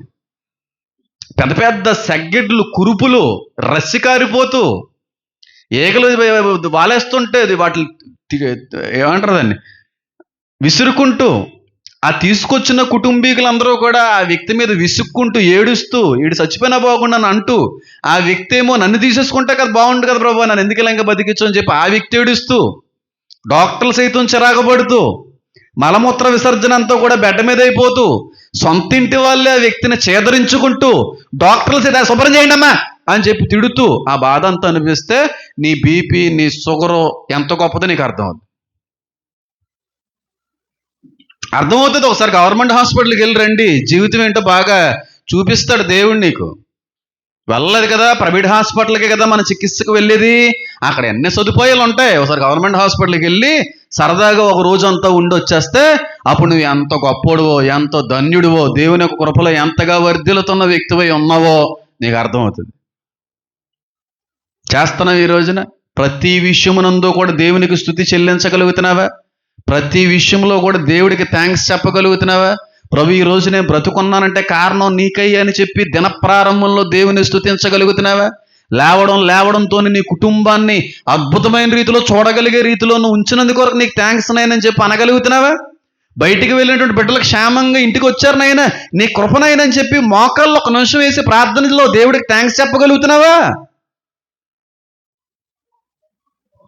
ప్రతి విషయంలో థ్యాంక్స్ చెప్పడానికి బోల్డ్ కారణాలు ఉన్నాయండి. మనం చెప్పట్లేదు, ఏం చెప్తాంలే ప్రతిదానికి దేవుడికి థ్యాంక్స్ చెప్తే అని బోరు కొట్టేస్తుంది అనుకుంటారు. కాదు, ప్రతి విషయమునందు నమ్మకంగా ఉన్న వ్యక్తుల్ని దేవుడు మెండుగా దీవిస్తాడు. బాగా గుర్తుపెట్టుకోండి. కొంచెములో నమ్మకంగా ఉన్నవాడు అన్ని విషయములందు కూడా నమ్మకంగా ఉంటాడు. ఎవరైతే నమ్మకంగా ఉన్నారో వాళ్ళని దేవుడు దీవిస్తాడు. ప్రతి విషయంలో కూడా దేవుడి వల్లేనండి ఇది జరిగింది, దేవుడి వల్లే ఇది జరిగిందని చెప్పడం కంటే మోకాళ్ళు వేసి దేవుడికి థ్యాంక్స్ చెప్పే వ్యక్తులను బట్టి దేవుడు ఆనందిస్తాడు. అలాంటి వాళ్ళకి ఇంకా ఎక్కువ ఇవ్వాలని ఆశపడతాడు ఆయన. ఎన్ని విషయాల్లో మనం రుణపడిపోతున్నాం ఒకసారి ఆలోచన చేయండి. దేవుడు ఇచ్చిన వాటికి ఎన్ని విషయాల్లో థ్యాంక్స్ చెప్పకుండా ఇంకా మనం వాటిని రుణపడిపోయి ఉన్నాం ఒకసారి ఆలోచన చేయండి. కాలేజీలో ఫ్రీ సీట్ వచ్చిందంటే అది దేవుడి కృపే. నువ్వు ఉద్యోగం చేస్తున్నావంటే దేవుడి కృపే. ఆరోగ్యం బాగుందంటే దేవుని కృపే. మంచి బట్టలు వేసుకుంటున్నావంటే దేవుడి కృపే. బయటికి వెళ్ళినోడు క్షేమంగా వచ్చావంటే దేవుడి కృపే. 4 రూపాయలు నీ చేతిలో ఆడుతున్నాయంటే దేవుడి కృపే. కరెంటు బిల్లు కడుతున్నావంటే దేవుడి కృపే. 4 మెతుకులు నోట్లోకి వస్తున్నాయంటే దేవుడి కృపే. ఉదయం లేచిన దగ్గర నుంచి రాత్రి పడుకునేంత వరకు కూడా దేవుడు లేకుండా మనం సాధించింది ఏంటి? ఒకటి ఉంటే చెప్పండి, ఒకటి చెప్పండి. ఖర్చులు ఎక్కువైపోతున్నాయి కదమ్మా, వస్తువులు రేట్లు పెరిగిపోతున్నాయి. అలాగని చెప్పి ఏమన్నా ఇబ్బందులు పడుతున్నావా? అవి ఎంత ఖర్చులు రేట్ ఎక్కువైపోయినా, వస్తువులు రేట్ ఎక్కువైనా, నిత్యావసర వస్తువులు ఎక్కువ రోజు రోజుగా అయిపోతున్నా ఎక్కడన్నా కొదువు చేస్తున్నాడా దేవుడు? ఎక్కడన్నా తగ్గిస్తున్నాడా? రేట్లు ఎక్కువైపోతున్నాయండి, బియ్యం బస్తా ఎంచుకోలేకపోతున్నామని చెప్పి కేజీ బియ్యం తెచ్చుకునే పరిస్థితులు ఏమైనా చేశాడు దేవుడు? అవి రేట్లు పెరగడం మామూలు, ఆయన కృప అంతకంతకు వర్ధిల్లడం కూడా అంతే నిజం. ఎక్కడ చెప్తున్నావు థ్యాంక్స్ నువ్వు? నిజంగా పరిశుద్ధాత్మను పొందుకున్న వ్యక్తి అయితే దేవుణ్ణి స్తుతించకుండా పొరపాటును కూడా ఆ వ్యక్తి ఉండలేడు. పరిశుద్ధాత్మ వచ్చిందే నిత్యము దేవుణ్ణి గణపరచుటకు. నన్ను గణపరచు వారిని నేను గణపరుస్తానన్నాడు దేవుడైన. చిన్న విషయంలో కూడా చెప్పలేదు. చిన్న ప్రార్థన. భోజనం చేసేటప్పుడు ఎంతమంది ప్రార్థన చేసుకుంటున్నారండి? ఎంతమంది థ్యాంక్స్ నాయన అని చెప్పి ప్రార్థన చేసే వాళ్ళు ఉంటారు కొంతమంది. ఆమె పక్కనున్న ఏగకు కూడా వినబడదు ఆ ప్రార్థన. ఏగకు కూడా వినబడదు. కళ్ళు ఇలా మూసుకుని థ్యాంక్స్ నాయన ప్రభు అంతే. అది ప్రార్థన. అది దేవుడికి అలాగే బాబు అని సులత్తన నిజం. ఏ విషయాల్లో మనం కృతజ్ఞతాస్తుతులు చెల్లించవలసిన వారమే ఉన్నామంటే బోల్డ్ విషయాల్లో. రక్షణ పొందుకున్నావంటే చచ్చి వరకు ఆయనకు రుణపడి ఉన్నావని అర్థం అండి. ఇంత గొప్ప రక్షణ దేవుడు మనకు అనుగ్రహించాడంటే, అగ్నిగుండంలో ఉండవలసినటువంటి మనల్ని విడిపించి తప్పించి నూతన రక్షణ భాగ్యాన్ని మనకు అందించాడంటే థ్యాంక్స్ ఎప్పుడు చెప్పాలో తెలుసా? చచ్చిపోయేంత వరకు దేవుడు మనకిచ్చిన రక్షణ బట్టి థ్యాంక్స్ చెప్తూనే ఉండాలి. మన గొప్పలమనా? ఆయన మొదటగా మనల్ని ఏం చేశాడు? చూశాడు, ప్రేమించాడు అని ఉంది బైబిల్లో. ఆయన చూశాడు మనల్ని, మనం కాదు ఆయన ఏర్పరచుకుంది. నేనే మిమ్మల్ని ఏం చేశాడని ఉంది వాక్యంలో, ఏర్పరచుకుని ఉన్నాను. ఇవన్నీ వాక్యంలో లేనియా నేను ఏమన్నా మాట్లాడేది? రక్షణ నిమిత్తమే రోజు ప్రార్థించే వాళ్ళు ఎంతమంది ఉన్నారు? గుండు లోతుల్లో నుంచి హృదయపూర్వకంగా చేయదు చెప్పండి. ఎప్పటికీ కూడా రక్షణ పొందుకున్న కారణమును బట్టి రక్షణ అందించిన దేవునికి థ్యాంక్స్ చెప్పే వాళ్ళు ఎంతమంది ఉన్నారు? నేను చెప్తాను. ఈరోజు ఎప్పటికీ కూడా 3 పూటలు తినేటువంటి సమయానికి ముందు ప్రభువా నీకు వందనాలు, ఇచ్చినటువంటి ఈ శ్రేష్టమైన ఆహారాన్ని బట్టి మీకు వందనాలు. ఇంకనూ అనేక మందినైనా ఆకలి దప్పికలతో అలమటించిపోతున్నారు నాయన. అటు వారందరికంటే మమ్మల్ని మిక్కిలిగా ఎక్కువ ప్రేమించి అనుగ్రహించిన ఈ ఆహారాన్ని బట్టి నీకు వందనాలు నాయన అని చెప్పి 2 నిమిషాలు ప్రార్థన చేసి భోజనం చేసే వాళ్ళు ఎంతమంది ఉన్నారు? ఒక పూట తిని ఒక పూట పస్తుండి గెంజితో గెంజన్నంతో బతికేసేటువంటి జీవితాలు బోల్డ్ ఉన్నాయమ్మ. ఒకసారి బయటికి రండి. ఇల్లు లేదు, అద్దె కట్టలేకపోతున్నావు. అద్దె కట్టగలిగే కృప ఆయన ఇవ్వలేదా నీకు? అద్దె చెల్లించేది కూడా ఆ ఆరోగ్యాన్ని బట్టే కదా, ఆ ఉద్యోగాన్ని బట్టే కదా. ఆ సొంత ఇల్లు లేదని బాధ కొంతమందికి, ఆ అద్దె కట్టుకోవడానికి కూడా ఇల్లు లేదని చెప్పి డ్రైనేజీల పక్కన ఆ దోమలకి ఆ 1/2 లీటర్ బ్లడ్ అంతా పొద్దుకు పోద్దేమో అన్నట్టుగా తాగేస్తుంటాయి. ఆ డ్రైనేజీల పక్కన పడుకున్న వాళ్ళని చూస్తే నీకు అర్థమవుతుంది నువ్వు ఎంత గొప్పోడువో. ఎంతమంది ఉన్నారు ఇక్కడ అద్దిళ్ళల్లో ఉండేవాళ్ళు? చేయొద్దండి, పర్వాలేదు. అమ్మా, అద్దిళ్ళల్లో ఉండేవారికి నేను ఇచ్చే సలహా ఏంటి తెలుసా? అద్దెస్తూ ఉంటారు కదా ఓనర్ గారికి, నాయన ఈ అద్దె ఇవ్వగలిగేటువంటి స్థితి నాది కాదయ్యా, కేవలం ఈ అద్దెను కూడా ఇవ్వగలుగుతున్నంటే కేవలం నీ కృపేనయ్యా అని చెప్పి ప్రార్థించి అద్దిచ్చే వాళ్ళు ఎంతమంది ఉన్నారు? వెళ్ళండి ఒకసారి. అర్ధరాత్రి 2 గంటలకి 3 గంటలకి అలా ప్లాట్ఫామ్స్ మీదకి, రైల్వే స్టేషన్ దగ్గరికి, అలా పెద్ద పెద్ద డ్రైనేజెస్ ఉన్నాయి, అక్కడికి వెళ్తే నువ్వు ఎంత అదృష్టవంతుడివో, నువ్వు ఎంత ధన్యుడివో నీకు అర్థమవుతుంది. పిల్లలు పుట్టట్లేదయ్యా, పిల్లలు లేరా, పెళ్ళి లేక ఏడిసేవాళ్ళు బోల్డ్ మంది ఉన్నారు. ఉన్నదాన్ని బట్టి స్తుతించు, కలిగి ఉన్న దాన్ని బట్టి దేవుని గణపరచు. ఉద్యోగం, సరైన ఉద్యోగం రావట్లేదండి, జీతం పెరగట్లేదండి, ఆ ఉద్యోగం కూడా లేకుండా ఏడిసేవాళ్ళు ఎంతమంది ఉన్నారో తెలుసురా? ఇంజనీర్లు, ఎంటెక్లు, బీటెక్లు, ఇంజనీర్లు, మెడిసిన్ చదివిన వాళ్ళు ఎంతమంది ఉన్నారు రోడ్డు మీద ఉన్నారో తెలుసా? జీతం పెరగట్లేదని చిన్న జీతం అండి ఎవరు బాబు, ఆ ఉద్యోగం కూడా లేని వాళ్ళు ఎంతమంది ఉన్నారా? ఎన్నిసార్లు దేవుని స్తుతించడానికి కారణాలు నీ జీవితంలో కనబడుతున్నాయి? లేని దాన్ని బట్టి బాధపడకో, ఉన్న దాన్ని బట్టి సంతోషించి దేవుని గణపరచు. అందుకని ఎప్పుడో కూడా మాట చెప్తా ఉంటాను, 2 చెప్పులు లేవని ఏడ్చే వ్యక్తి అసలు చెప్పులు వేసుకోవడానికి కాళ్ళు లేని వ్యక్తిని చూసిన తర్వాత నేను చాలా గొప్పవాడినైనా అని దేవుని స్తుతించాడంట. నాకు వేసుకోవడానికి సరైన చెప్పులు లేవండి, మంచి చెప్పులు లేవని ఏడుతుంటారు కొంతమంది. ఒరే నువ్వు చెప్పులు లేవని ఏడుస్తున్నావురా, అసలు వేసుకోవడానికి కాళ్ళు లేని వాళ్ళు చాలా మంది ఉన్నారు. వాళ్ళతో పోల్చుకుంటే నువ్వు చాలా గొప్పవాడు, ఆనందించి. సరిపోదా ఈ విషయంలో దేవుడు థ్యాంక్స్ చెప్పడానికి? సరైన బట్టలు లేక ఎక్కడికి వెళ్ళలేకపోతున్నానండి, సరైన చెప్పులు లేక చాలా ఇబ్బంది పడుతున్నానండి, ఆ బట్ట కూడా లేక కుట్టిన బట్టనే కుట్టి వేసుకునే వాళ్ళు బోల్డ్ మంది ఉన్నారు. అది నీకు కనబడట్లేదేమో. సరైన చెప్పులు లేవండి, అందుకు సిగ్గేసండి బయటికి వెళ్ళడానికి ఇబ్బంది పడుతున్నానండి. కాళ్ళు లేని వాళ్ళు ఉన్నారమ్మా, ఒకసారి వెళ్ళండి గవర్నమెంట్ హాస్పిటల్కి. చక్కగా కాళ్ళుతో బతికిన వ్యక్తి యాక్సిడెంట్లో 2 కాళ్ళు పోయి తీయించిన తర్వాత ఆ వ్యక్తి పడే వేదన ఎలా ఉంటుందో చూసిన వ్యక్తిని నేను. నిన్నటి కాల సమయానికి కాలు ఉన్నటువంటి వ్యక్తికి తర్వాత రోజున ఏదో చిన్నపాటి యాక్సిడెంట్ పెద్దపాటి యాక్సిడెంట్ అయ్యి కాళ్ళు తీసేసిన తర్వాత ఆ వ్యక్తి మొత్తులో నుంచి బయటకు వచ్చిన తర్వాత నా కాళ్ళు లేయని చూసుకుంటే కనబడలేనప్పుడు ఆ వ్యక్తి పడిన వేదన ఎలా ఉంటుందో చూసిన వ్యక్తిని నేను. జీవితాంతం ఈ 2 కాళ్ళు లేకుండానే బ్రతకాలా అనేటువంటి ఆలోచన వ్యక్తిని ఎంత చంపేస్తుందో దగ్గరుండి చూసిన వ్యక్తిని నేను. తెలుసా, ఆదిత్య కాలేజెస్ ఉన్నాయి కదా, ఆదిత్య శేషారెడ్డి, తెలియని వాళ్ళు ఎవరే కాదు, వాళ్ళ తమ్ముడు కొడుకు పేరు సంతోష్ రెడ్డి, నేను ఫ్రెండ్స్. ఆ వ్యక్తి ఇలా కనబడ్డాడు. ఇలా కనబడి రాజమండ్రి ఏదో షాపింగ్, మ్యారేజ్ అంతా ఫిక్స్ అయ్యేది, వెళ్ళింది షాపింగ్కి ఇలా వచ్చి ఇక్కడ రాజనగరం దాటిన తర్వాత తాడి చెట్టుని కొడేశాడు. తాడి చెట్టుని ఇదేట నిన్న చూసాంరా ఆదిత్య కాలేజ్ క్యాంపస్ ముందు ఎంత జనసంద్రం అంటే అంత జనసంద్రం. అందులో లెక్చరర్గా పనిచేసేవారు ఆయన ఎవరో, పుష్ప సినిమా తీసారు, డైరెక్టర్ గారి పేరు ఏంటండి, సుకుమార్ గారు. మా అక్కకి ఆయన టీచర్, అయిన సుకుమార్ మా అక్కకే బేబక్కమ్మ. కాకినాడ అయింది. ఆ జనం చూసిన తర్వాత ఇప్పుడు చూసిన వ్యక్తి తర్వాత క్షణాన్ని కనబడలేదు, మాయమైపోయాడు. ఆ వ్యక్తిని ప్రేమించినటువంటి ప్రేయస్ వచ్చి అక్కడ ఏడ్చిన ఏడుపు మమ్మల్ని అక్కడ ఉండనివ్వలేకపోయింది. ఆడి కానీ ఇప్పటికీ కూడా బతుకుండి ఉంటే సంతోషం, ఇంకా బతుకుండి ఉంటుంటే ఒకసారి ఆలోచిస్తుంటే అనిపిస్తూ ఉంటుంది ఎంతమందికి ఎన్ని విధాలుగా సహాయపడడానికి అవకాశం ఉందని చెప్పి. అపోలోలో పెద్ద డాక్టర్, నేను పేరు చెప్పాలనుకోవట్లేదు, ఇద్దరు ఫ్రెండ్సే, జిఎస్ఎల్ మెడికల్ కాలేజీలో మెడిసిన్ చేస్తున్నారు, ఇద్దరు నా బెస్ట్ ఫ్రెండ్సే, ఇద్దరం కలిసే చదువుకున్నాం. బాగా తిరిగారు. రాత్రికి Karizma, yellow colour Karizma current పోల్ని కొట్టేశాడు. స్పాట్ డెడ్ కుర్రాడు. వాళ్ళ తండ్రి అపర కుబేరుడు. ఆ తల్లిదండ్రులు ఏడుస్తున్నటువంటి ఏడుపును చూసి ఏం చెప్పాలో ఏం మాట్లాడో కూడా అర్థం కాలేదు.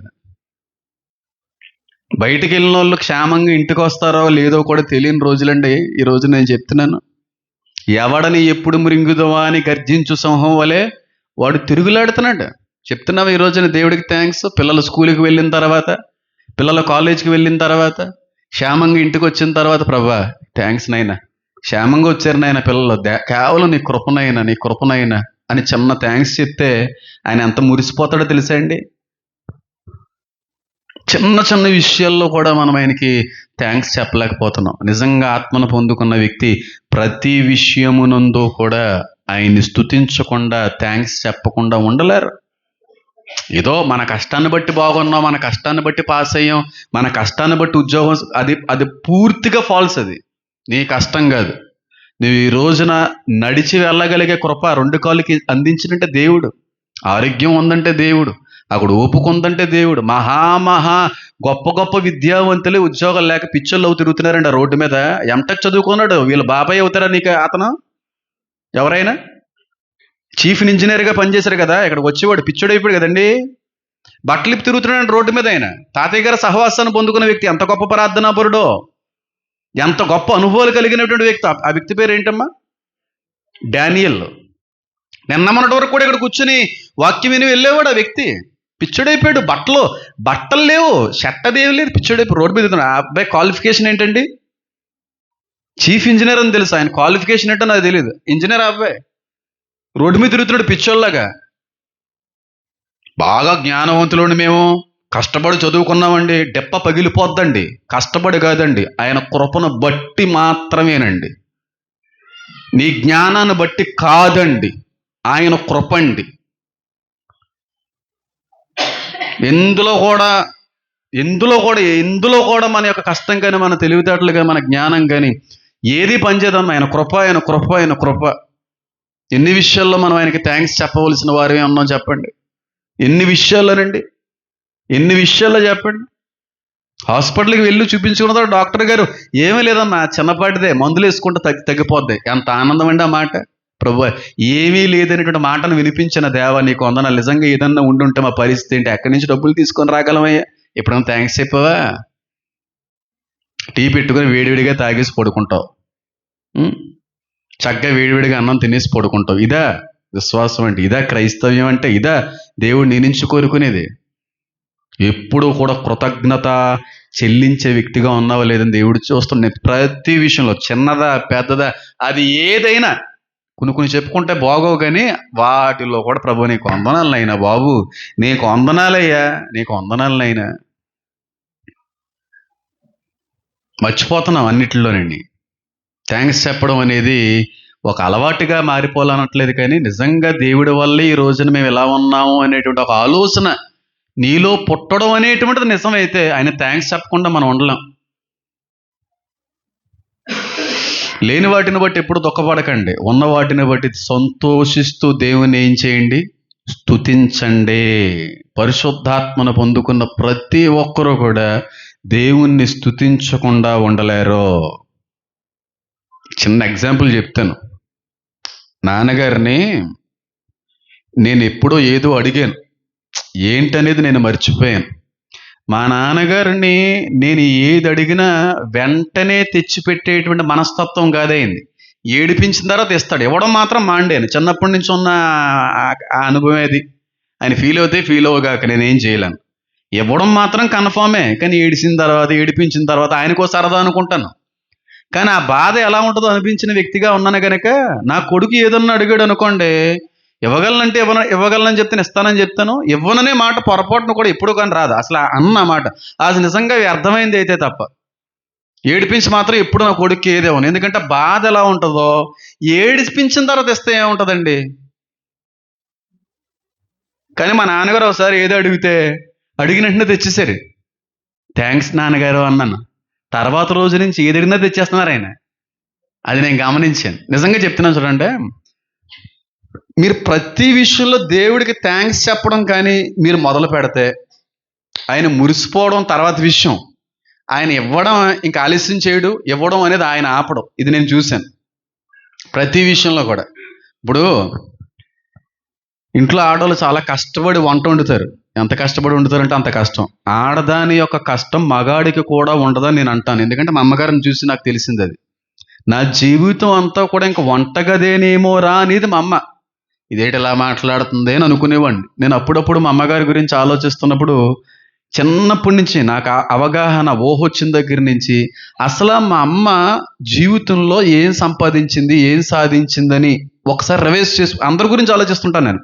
అలా ఆలోచిస్తున్నప్పుడు మా అమ్మ జీవితంలో నేను చూసినప్పటి నుంచి కూడా మా అమ్మ అంత అందమైనటువంటి ఆకృతి కలిగినటువంటి యవ్వన దశ నుంచి ఈనాటి వరకు ఆవిడ చేసిన పని ఏంటి, సంపాదించిన పని ఏంటంటే మాకు వండి పెట్టడం తప్ప ఆవిడ చేసింది ఏమీ లేదు.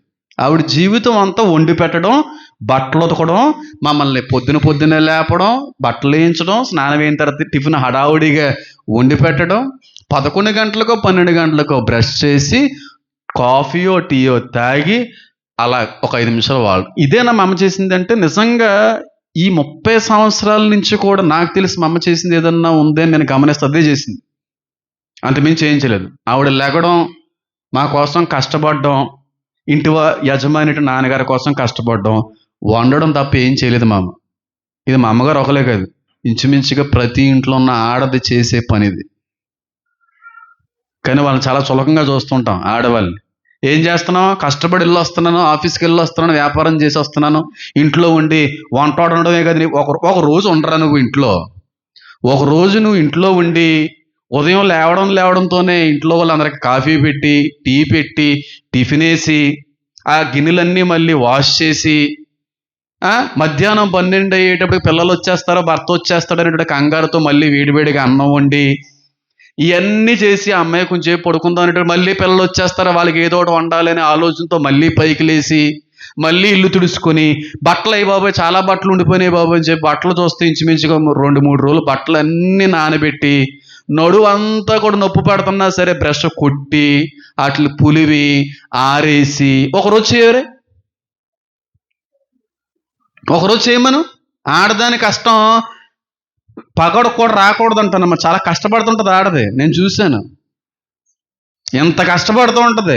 అంత కష్టపడి ఓపుకున్నా లేకపోయినా, జ్వరం ఉన్నా లేకపోయినా, ఆరోగ్యం సహకరించకపోయినా లెగిసి అయ్యి బాబాయ్ నేను నా ఒక్కడితో కానీ పోతుందా, నేను తింటానో ఉంటానో తినకపోయినా పర్లేదు, మరి వాళ్ళకి వండి పెట్టాలి కదా. లెగిసి కష్టపడి వండి పెడితే ఉప్పు తక్కువైంది, కారం లేదు, ఉడకలేదు, మోకం మీద చొప్పు తీసి కొట్టాలి మళ్ళీని. పనికి మాలని అంత కష్టపడి వండి పెడుతుంటే పేర్లు పెడతారు కొంతమంది సన్నాసులు, దరిద్రులు. తినేసి వండలేక పేరు పెడుతుంటాడు వంటలకి. పులేట అంటాడు. పనికి నా కుక్క. అమ్మా నేనేం గొప్ప ఉన్నాను అంటలేదమ్మా. నేను కూడా మా అమ్మగారు కష్టపడేటువంటి విధానాన్ని గమనించకుండా మా అమ్మగారు కష్టపడి వండిన తిండికి ఆహారానికి పేరు పెట్టి బాగోలేదని చెప్పి వదిలేసి బయట నుంచి బిర్యానీ ప్యాకెట్ తెచ్చుకొని తింటే మా అమ్మ అనేది ఒరే ఎంత కష్టపడి వండుకొని పెడితే తినలేదేట్రా, బిర్యానీ ప్యాకెట్ తెచ్చుకుంటానంటే నేను వండకపోతును కదరా అని చెప్పి చివరిలో మాట అనేది ఒరే నాకు ఒంట్లో బాగోకపోయినా సరే నువ్వు తింటామని లెగిసి వండాను రా. ఆ రోజు నాకు అర్థం లేదు. ఈ రోజు ఏడుస్తుంటాను ఆ మాటలుగా. ఈ రోజు ఏడుస్తుంటాను నేను ఆ మాటకి. ఇదేంటి బయటికి వెళ్ళి బిర్యానీ ప్యాకెట్ తెచ్చుకొని తినడంలో కూడా లాభం ఏంటని అనుకునేవాడిని ఆ రోజున. కానీ వచ్చేటప్పటికి ఏం తింటాడా అనేటువంటి భావనతో ఒంట్లో బాగోకపోయినా లేచి కష్టపడి వండినటువంటి తల్లిగారి యొక్క వంటలో ఉప్పు లేదని ఈరోజు తిన్నమ్మా అని బయటికి వెళ్ళి బిర్యానీ తెచ్చుకుని తిన్నప్పుడు మా అమ్మగారు అన్నమాట నేను వండిందా నీకోసం రా. ఆ రోజు నాకు అర్థం లేదు. కాయగూర వండిందని చెప్పి పక్కన పెట్టి బిర్యానీ తెచ్చుకుని తిన్న రోజులు గుర్తు చేస్తున్నప్పుడు దేవుడు పశ్చాత్తాపడకుండా ఉండలేకపోతున్నానండి చాలాసార్లు. నేను చెప్తున్నాను ఈ మాట నిజంగానే. ఒక రోజు వస్తుంది, తల్లిదండ్రుల యొక్క కష్టాన్ని తెలుసుకునే రోజు ఖచ్చితంగా వస్తుంది. వాళ్ళు పడిన వేదన, వాళ్ళు ప్రయాస, వాళ్ళు ఏడుపు అది మనకి శ్రేయస్కరం కాదు.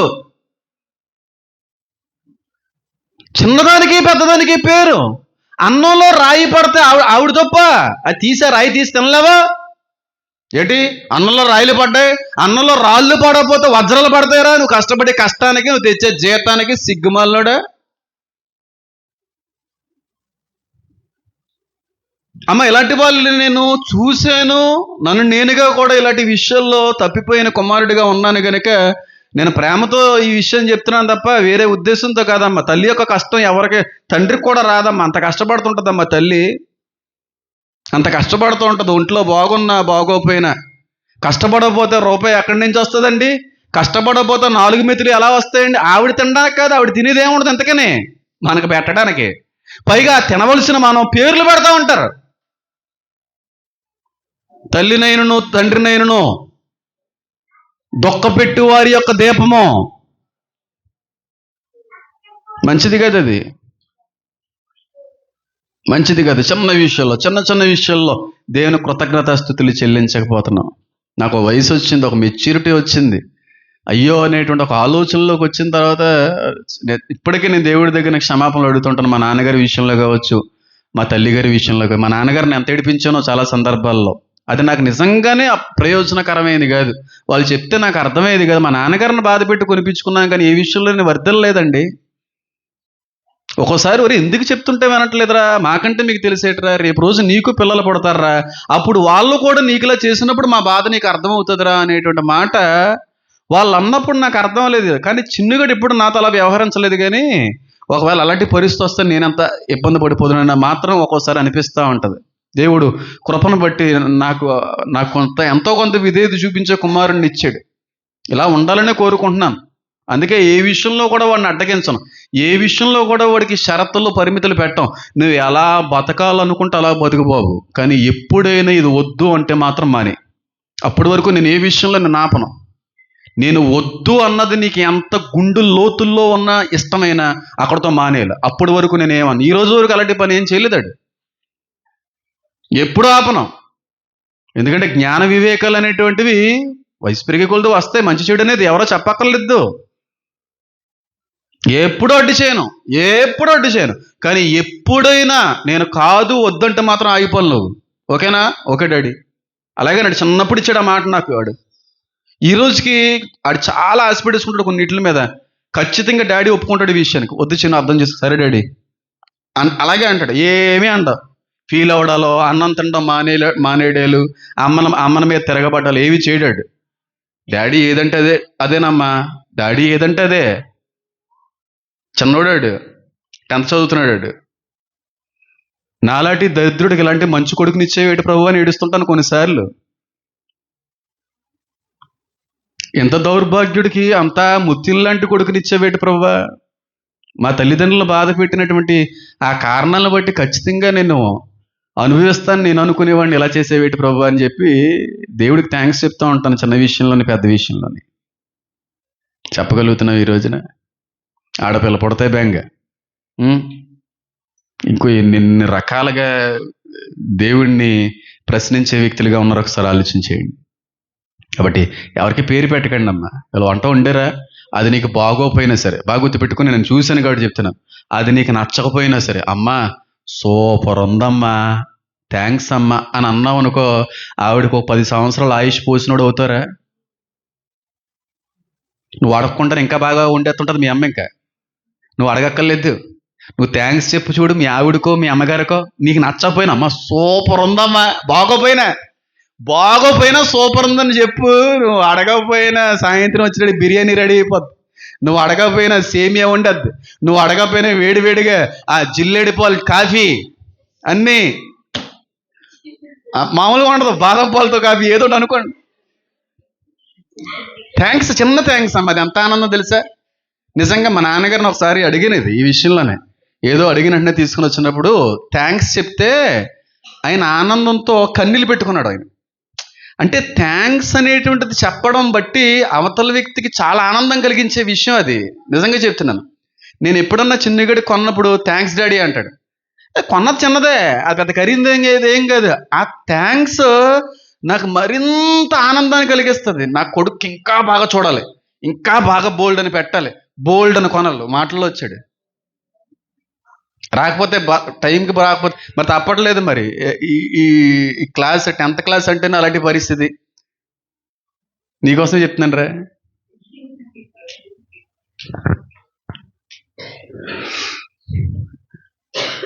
చిన్న థ్యాంక్స్ అండి. మురిసిపోవడం కాదండి, అవతల వ్యక్తి ఆనందించడం కాదండి, ఇంకా బాగా పెట్టాలి, ఇంకా బాగా ఇవ్వాలి, ఇటు అడగకుండా నీ సరిచ్చేయాలి అనిపించదా? నిన్నది అనుభవించానమ్మా, నేను రుచి చూశానమ్మా. మా అమ్మగారు నాకు వంట చేసి పెడుతుంటారు కదా, నేను ఎప్పుడో కానీ ఆ పని చేయను. మా అమ్మగారు ఫోన్ చేసి అమ్మ చాలా బాగుందమ్మా అంటే ఆవిడ అక్కడ ఎంత సంతోషిస్తుందో ఇక్కడ నాకు అర్థమవుతుంటుంది. మొన్న చాలా బాగున్నాడు కదా, ఆ కూర ఉండదు మళ్ళీని అంటే అడగకపోయినా సరే ఇవ్వాలనిపిస్తుంది అన్నమాట, అడగకపోయినా పెట్టాలనిపిస్తుంది అన్నమాట. దేవుడు కూడా అంతే.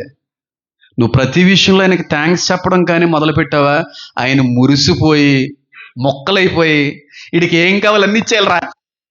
ఆయన ఆశించేది ఏదన్నా ఉందంటే కృతజ్ఞత. నిజం చెప్తున్నాను. ఆ కృతజ్ఞతగా ఆయనకి ఇచ్చేస్తే కాదనకుండా నీకు ఇచ్చేస్తాడు. కావాల్సినవి అడగకుండానే ఇస్తాడు ఆయన. అన్ని విషయాల్లో కూడా మనం నమ్మకంగా ఉండాలి. అన్ని విషయాల్లో ఆయనకి థ్యాంక్స్ చెప్పేవారిగా ఉండాలి. మీరు ఎప్పుడన్నా చూసారో లేదో తెలియదు కానీ బాగా వయసు వచ్చినటువంటి వృద్ధులు ఉంటారు, అమ్మమ్మలో నానమ్మలో తాతలోని. వాళ్ళు సరదాగా ఆ పిల్లలతో ఆడుతున్నప్పుడు పిల్లలంటే వాళ్ళకి ఇష్టం. నేను గమనించింది ఏంటంటే కన్న తల్లిదండ్రుల కంటే కూడా పిల్లల మీద ఉన్న ప్రేమ కంటే కూడా పిల్లలకు పుట్టిన మనవల మీద ఎక్కువ పిచ్చి ఉంటుంది ఆ పెద్దోళ్ళకి, ఆ ముసలోళ్ళకి. వాళ్ళు ఆడుతుంటే వీళ్ళు అయిపోతుంటారు, వాళ్ళు పాకుతుంటే వీళ్ళు పాకేస్తున్నట్టు ఫీల్ అయిపోతుంటారు, అలా మాట్లాడుతుంటే అమ్మ మాట్లాడి వీళ్ళు ఆనందించేస్తూ ఉంటారు. వాళ్ళు కానీ స్కూల్కి వెళ్తున్నారంటే ఈ కన్న తల్లి అయినా తండ్రి అయినా వంటగదిలో ఉండిపోతారు, కానీ గేట్ వరకు పోతారు ఈ ముసలోళ్ళు. ఆ వెళ్ళే వరకు కూడా అలా చూస్తాను. అంత పిచ్చి ముసలోళ్ళకి. మీరు గమనించట్లేదు. మీరు రేపు రోజున ముసలలో అవుతారు, మీకు మనవళ్ళు వస్తారు. అప్పుడు ఇది మీకు అర్థమయ్యే విధంగా ఉంటుంది. అలా ఆడుకుంటున్నప్పుడు పిల్లలకి ఏదైనా పెడతారు కదా, తల్లిలో తండ్రో, ఒరే ఆకలిగా ఉందేమో సాయంత్రం ఈ లడ్డు తిను బాబు అని తల్లి పెట్టింది అనుకో, ఆ పక్కనున్న అమ్మమ్మో నానమ్మో ఎవరో, ఒరే నాకు చిన్న లడ్డు మొక్కెట్టినానా అంటది. నేను పెట్టను అన్నాడు అనుకో, చూసేవిడు అల్లటాడు సుండిగాడు అంటది. అవునా? ఆ వెంటనే అడిగిన వెంటనే తిన్నానమ్మా అని పెట్టావు అనుకో, ఆ మెడలో ఉన్న గొలిసి సపీలు నేహద్ది. వేసేద్దా వేసేదా? వేసేస్తుందా వేసేదా? మా నానమ్మ అలా మురిసిపోయేది. నిజం. వాళ్ళు సరదాగా అడుగుతారంటే నిజంగా ఆకలేసి కాదు, ఒరే ఆ లడ్డు పెట్టు, ఆ స్వీట్ పెట్టినానా కొంచెం అంటే, నువ్వు అమ్మ అవునా అడిగిన వెంటనే నువ్వు ఇచ్చే, ఆ ఆనందంతో నువ్వు అడగకుండానే గొలిసేసేస్తారు నీ మెడలో. ఉంగరం పెట్టేస్తారు, ముక్కుబొడు పెట్టేస్తారు, అది చేస్తారు ఇది చేస్తారు. ఎందుకంటే దేవుడు కూడా సేమ్ అదేనండి. నువ్వు ఎంతగా అయితే ఆయన కోరేది నువ్వు ఇవ్వగలుగుతావో, అంతగా నువ్వు అడగనందుకు కూడా ఆయన ఇవ్వడానికి సిద్ధంగా ఉన్న దేవుడే. నిజంగా అది కానుక విషయంలో కావచ్చు, దేవుడికి ఇచ్చే విషయంలో కావచ్చు, కృతజ్ఞత సమర్పణ కావచ్చు, కృతజ్ఞత స్తుతి కావచ్చు, అది ఏదైనా దేవుడికి మనస్ఫూర్తిగా చెల్లించేటువంటి దేన్ని దేవుడు గమనించినా అంతకు కూడా ఇవ్వడానికి దేవుడు ఎప్పుడు కూడా ఇష్టపడతా ఉంటాడు. సుండిగాడు అనే పదం భూత. సుండి అంటే కకృతుడనా పిసినాసుడనా? ఏంటి సార్ వచ్చేసింది ఆ మాట? సుండిగాడు ఏదన్నమాట ఆ పదం వచ్చింది. మరి తప్పు అయితే క్షమించాలి చేసేవాళ్ళు కూడా. అదవుతుంది నేను చెప్పేది. కాబట్టి దేవుడు నీ నుంచి ఆశించేది ఏంటి తెలుసా? కృతజ్ఞత కృతజ్ఞత కృతజ్ఞత. అది టైంకి నువ్వు ఇచ్చేసావు అనుకోండి, మీ అమ్మమ్మ ఎలాగైతే మెడలో నీకు హారం వేసేస్తుందో ఆయన అడగకుండా ఇచ్చేస్తూ ఉంటాడు. ఇది నిజం. ప్రతి విషయంలో రక్షణలో స్తుతించు, కలిగి ఉన్న బిడ్డలను బట్టి స్తుతించు, పొందుకున్న ఉద్యోగాన్ని బట్టి స్తుతించు, వచ్చే రాబడిని బట్టి స్తుతించు, వ్యాపారాన్ని బట్టి స్తుతించు, కట్టుకునే వస్త్రాన్ని బట్టి స్తుతించు, తినేటువంటి ఆహారాన్ని బట్టి స్తుతించు, ప్రయాణం చేసి క్షేమంగా వచ్చిన కారణాన్ని బట్టి స్తుతించు, నీ ఆరోగ్యాన్ని బట్టి స్తుతించు, లేవడంతోనే మరొక దినాన్ని చూసే కృప అనుగ్రహించిన దేవుని బట్టి స్తుతించు. నిజంగా ఆత్మను పొందుకున్నవాడు ఆయన స్తుతించకుండా ఉండలేడు. ఉదయం లేచిన వెంటనే ఎంతమంది ప్రార్థన చేస్తున్నారు చెప్పండి అమ్మ. మీరు ఇచ్చిన నూతన దినాన్ని బట్టి నీకు వందనాలనైనా అని చెప్పి మొట్టమొదటిగా మోకాళ్ళ మీద ఆయన పాదాలు తడిపే వాళ్ళు ఎంతమంది ఉన్నారు? జీతం వస్తాయి కదా కొంతమంది ఉద్యోగాలు చేసే వాళ్ళకి. జీతం పడిన వెంటనే జీతం పడింది అనే ఆనందం కంటే కూడా ఆ జీతం చేతిలోకి పడిన తర్వాత మొట్టమొదటిగా కన్నీళ్ళు వస్తాయి. ఆ అనుభవంలో కన్ను వెళ్తే నువ్వు చాలా ధన్యుడివి. ఏమిచ్చి రుణం తీర్చుకోగలనయ్యా, ఈ రోజు నా జీతం నా చేతికి పడిందంటే నీ కృపయ్యా అనే కన్నీరు వస్తుందండి. ఎందుకంటే నాకు వచ్చేది ఇలాగా కొన్ని సందర్భాల్లో కానుకలు వేస్తూ ఉంటారు కదా, నేను ఏ విధంగా అర్హున్నయ్యా, నీ యొక్క శ్రేష్టమైనటువంటి అర్పణ పట్టుకోవడానికి నేను ఏ పాటు ఉన్నయ్యా, ఈ కానుకను నేను పొందుకోవడానికి అర్హుని కాదే అని చెప్పి ఆ ఇస్తున్న కానుకను బట్టి నేను దేవుని స్తుతిస్తుంటాను. నిజంగా చెప్తున్నాను ఈ మాట. నేను మనుషులు ఇచ్చే గౌరవాన్ని బట్టి దేవుని స్తుతిస్తూ ఉంటాను. ఒకప్పుడు మనుషులు నన్ను చేదరించుకున్నారు, మనుషులు నన్ను వెలివేశారు, మనుషులను ఎప్పటికీ కూడా బాగుపడవు అని అన్నటువంటి వ్యక్తుల దగ్గర నా తలనెత్తి ఈ రోజున వాళ్ళకి మించిన దిగ్గజాల ముందు నన్ను లేవనెత్తిన దేవా నీకు వందనాలు, ఎలాంటి వాడికి ఎలాంటి గౌరవం ఇస్తున్నాను అని చెప్పి ఆయన స్తుతిస్తూ ఉంటాను. మీరు నమ్మంటే నమ్మకపోండి. పెద్ద పెద్ద ఆఫీసర్లు అండి బాబు, వాళ్ళు అయ్యి బాబు అంత well educated highly prestigious status సంబంధించిన వ్యక్తులు. అలాంటి వాళ్ళు బుర్ర ఇలా ఉంచుకుని సార్ ప్రార్థన చేయండి సార్, ఎవరిచ్చారంట ధన్యత? మనం మీటింగ్కి వెళ్ళాను, ఆయన పులివెందుల పులంట, ఆయన ఒక సూపరింటెండెంట్ ఆఫ్ పోలీస్, ఆయన డీజీపీగా వర్క్ చేశారు. ఈ RRR అనేటువంటి రఘురామకృష్ణ గారి ఇష్యూలో సస్పెండ్ అయ్యారు. నాకు తెలియదు, నేను ఎవరైనా నేను లెక్క ఏం చేయను, నేను వాక్యం చెప్పడానికి వెళ్ళి వచ్చాను అంతే. వెళ్ళేటప్పుడు మాట్లాడారు, నెంబర్ తీసుకున్నారు. సార్ నా కార్ నెంబర్ సార్, మీ నెంబర్ అన్న. ఆయన నవ్వారు. ఆయన నాకు మళ్ళీ రీమెసేజ్ చేసి ఎస్పీ హోదాలో ఉన్న వ్యక్తి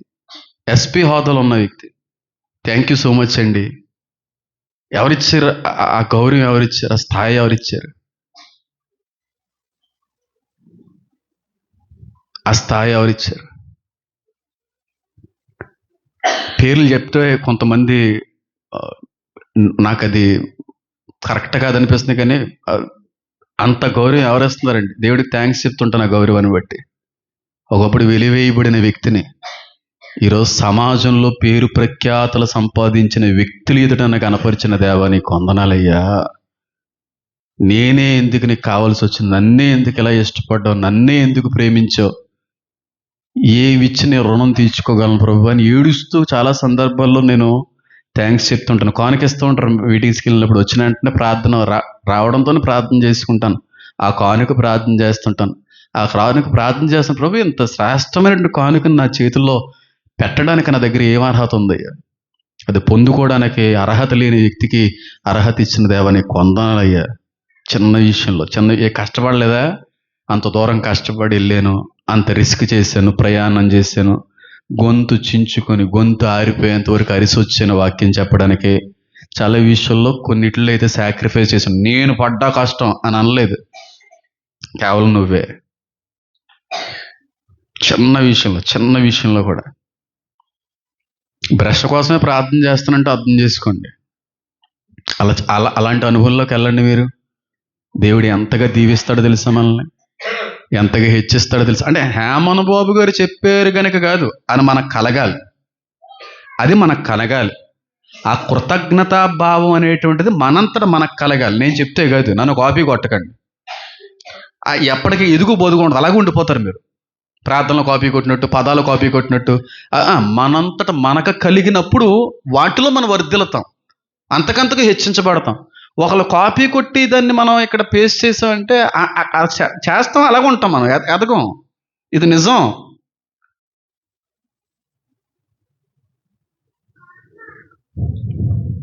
దేవుడు స్తుతించదని అనుకుని పెట్టిన పేరే యోధా. 4వ రాయి. మొట్టమొదటిగా దేవుడు ప్రేమించు కుమారుడిని ఇచ్చాడు. రెండవదిగా ఆ కుమారుడు ద్వారాగా దేవుడు మాట్లాడడానికి ఇష్టపడ్డాడు మధ్యవర్తిగా. మూడవదిగా మాట్లాడడం కాదు కానీ డైరెక్ట్గా వాళ్ళతో నేను కలిసి ఉండాలనుకుంటాను, పరిశుద్ధాత్మ పంపించాడు. 4వదిగా ఆయనకి కృతజ్ఞతులై ఉండవలసిన మనం ఆయన చేసినటువంటి కార్యాన్ని బట్టి, ఆయన అనుగ్రహిస్తున్న కృపను బట్టి నిరంతరమైన స్తుతి చెల్లించబద్దులమై ఉండడానికి కూడా అటు మనసాక్షిని దేవుడు మనకు అందించాడని దీన్ని బట్టి మనకు అర్థమవుతుంది. 4 రాళ్ళు, ఇంకెన్ని ఉన్నాయి? 8. ఇంకెంత నేర్చుకోవచ్చు? బోల్డ్ అంత నేర్చుకోవచ్చు. సమయం లేదు. సమయం ఉంటే ఏదో ఒక రోజున ఎంతకు మించిన విషయాలు మీ అందరితో కూడా నేను పంచుకోవడానికి తప్పకుండా ప్రయత్నం చేస్తాను. కళ్ళు మూసుకుందాం, ప్రార్థన చేసుకుందాం.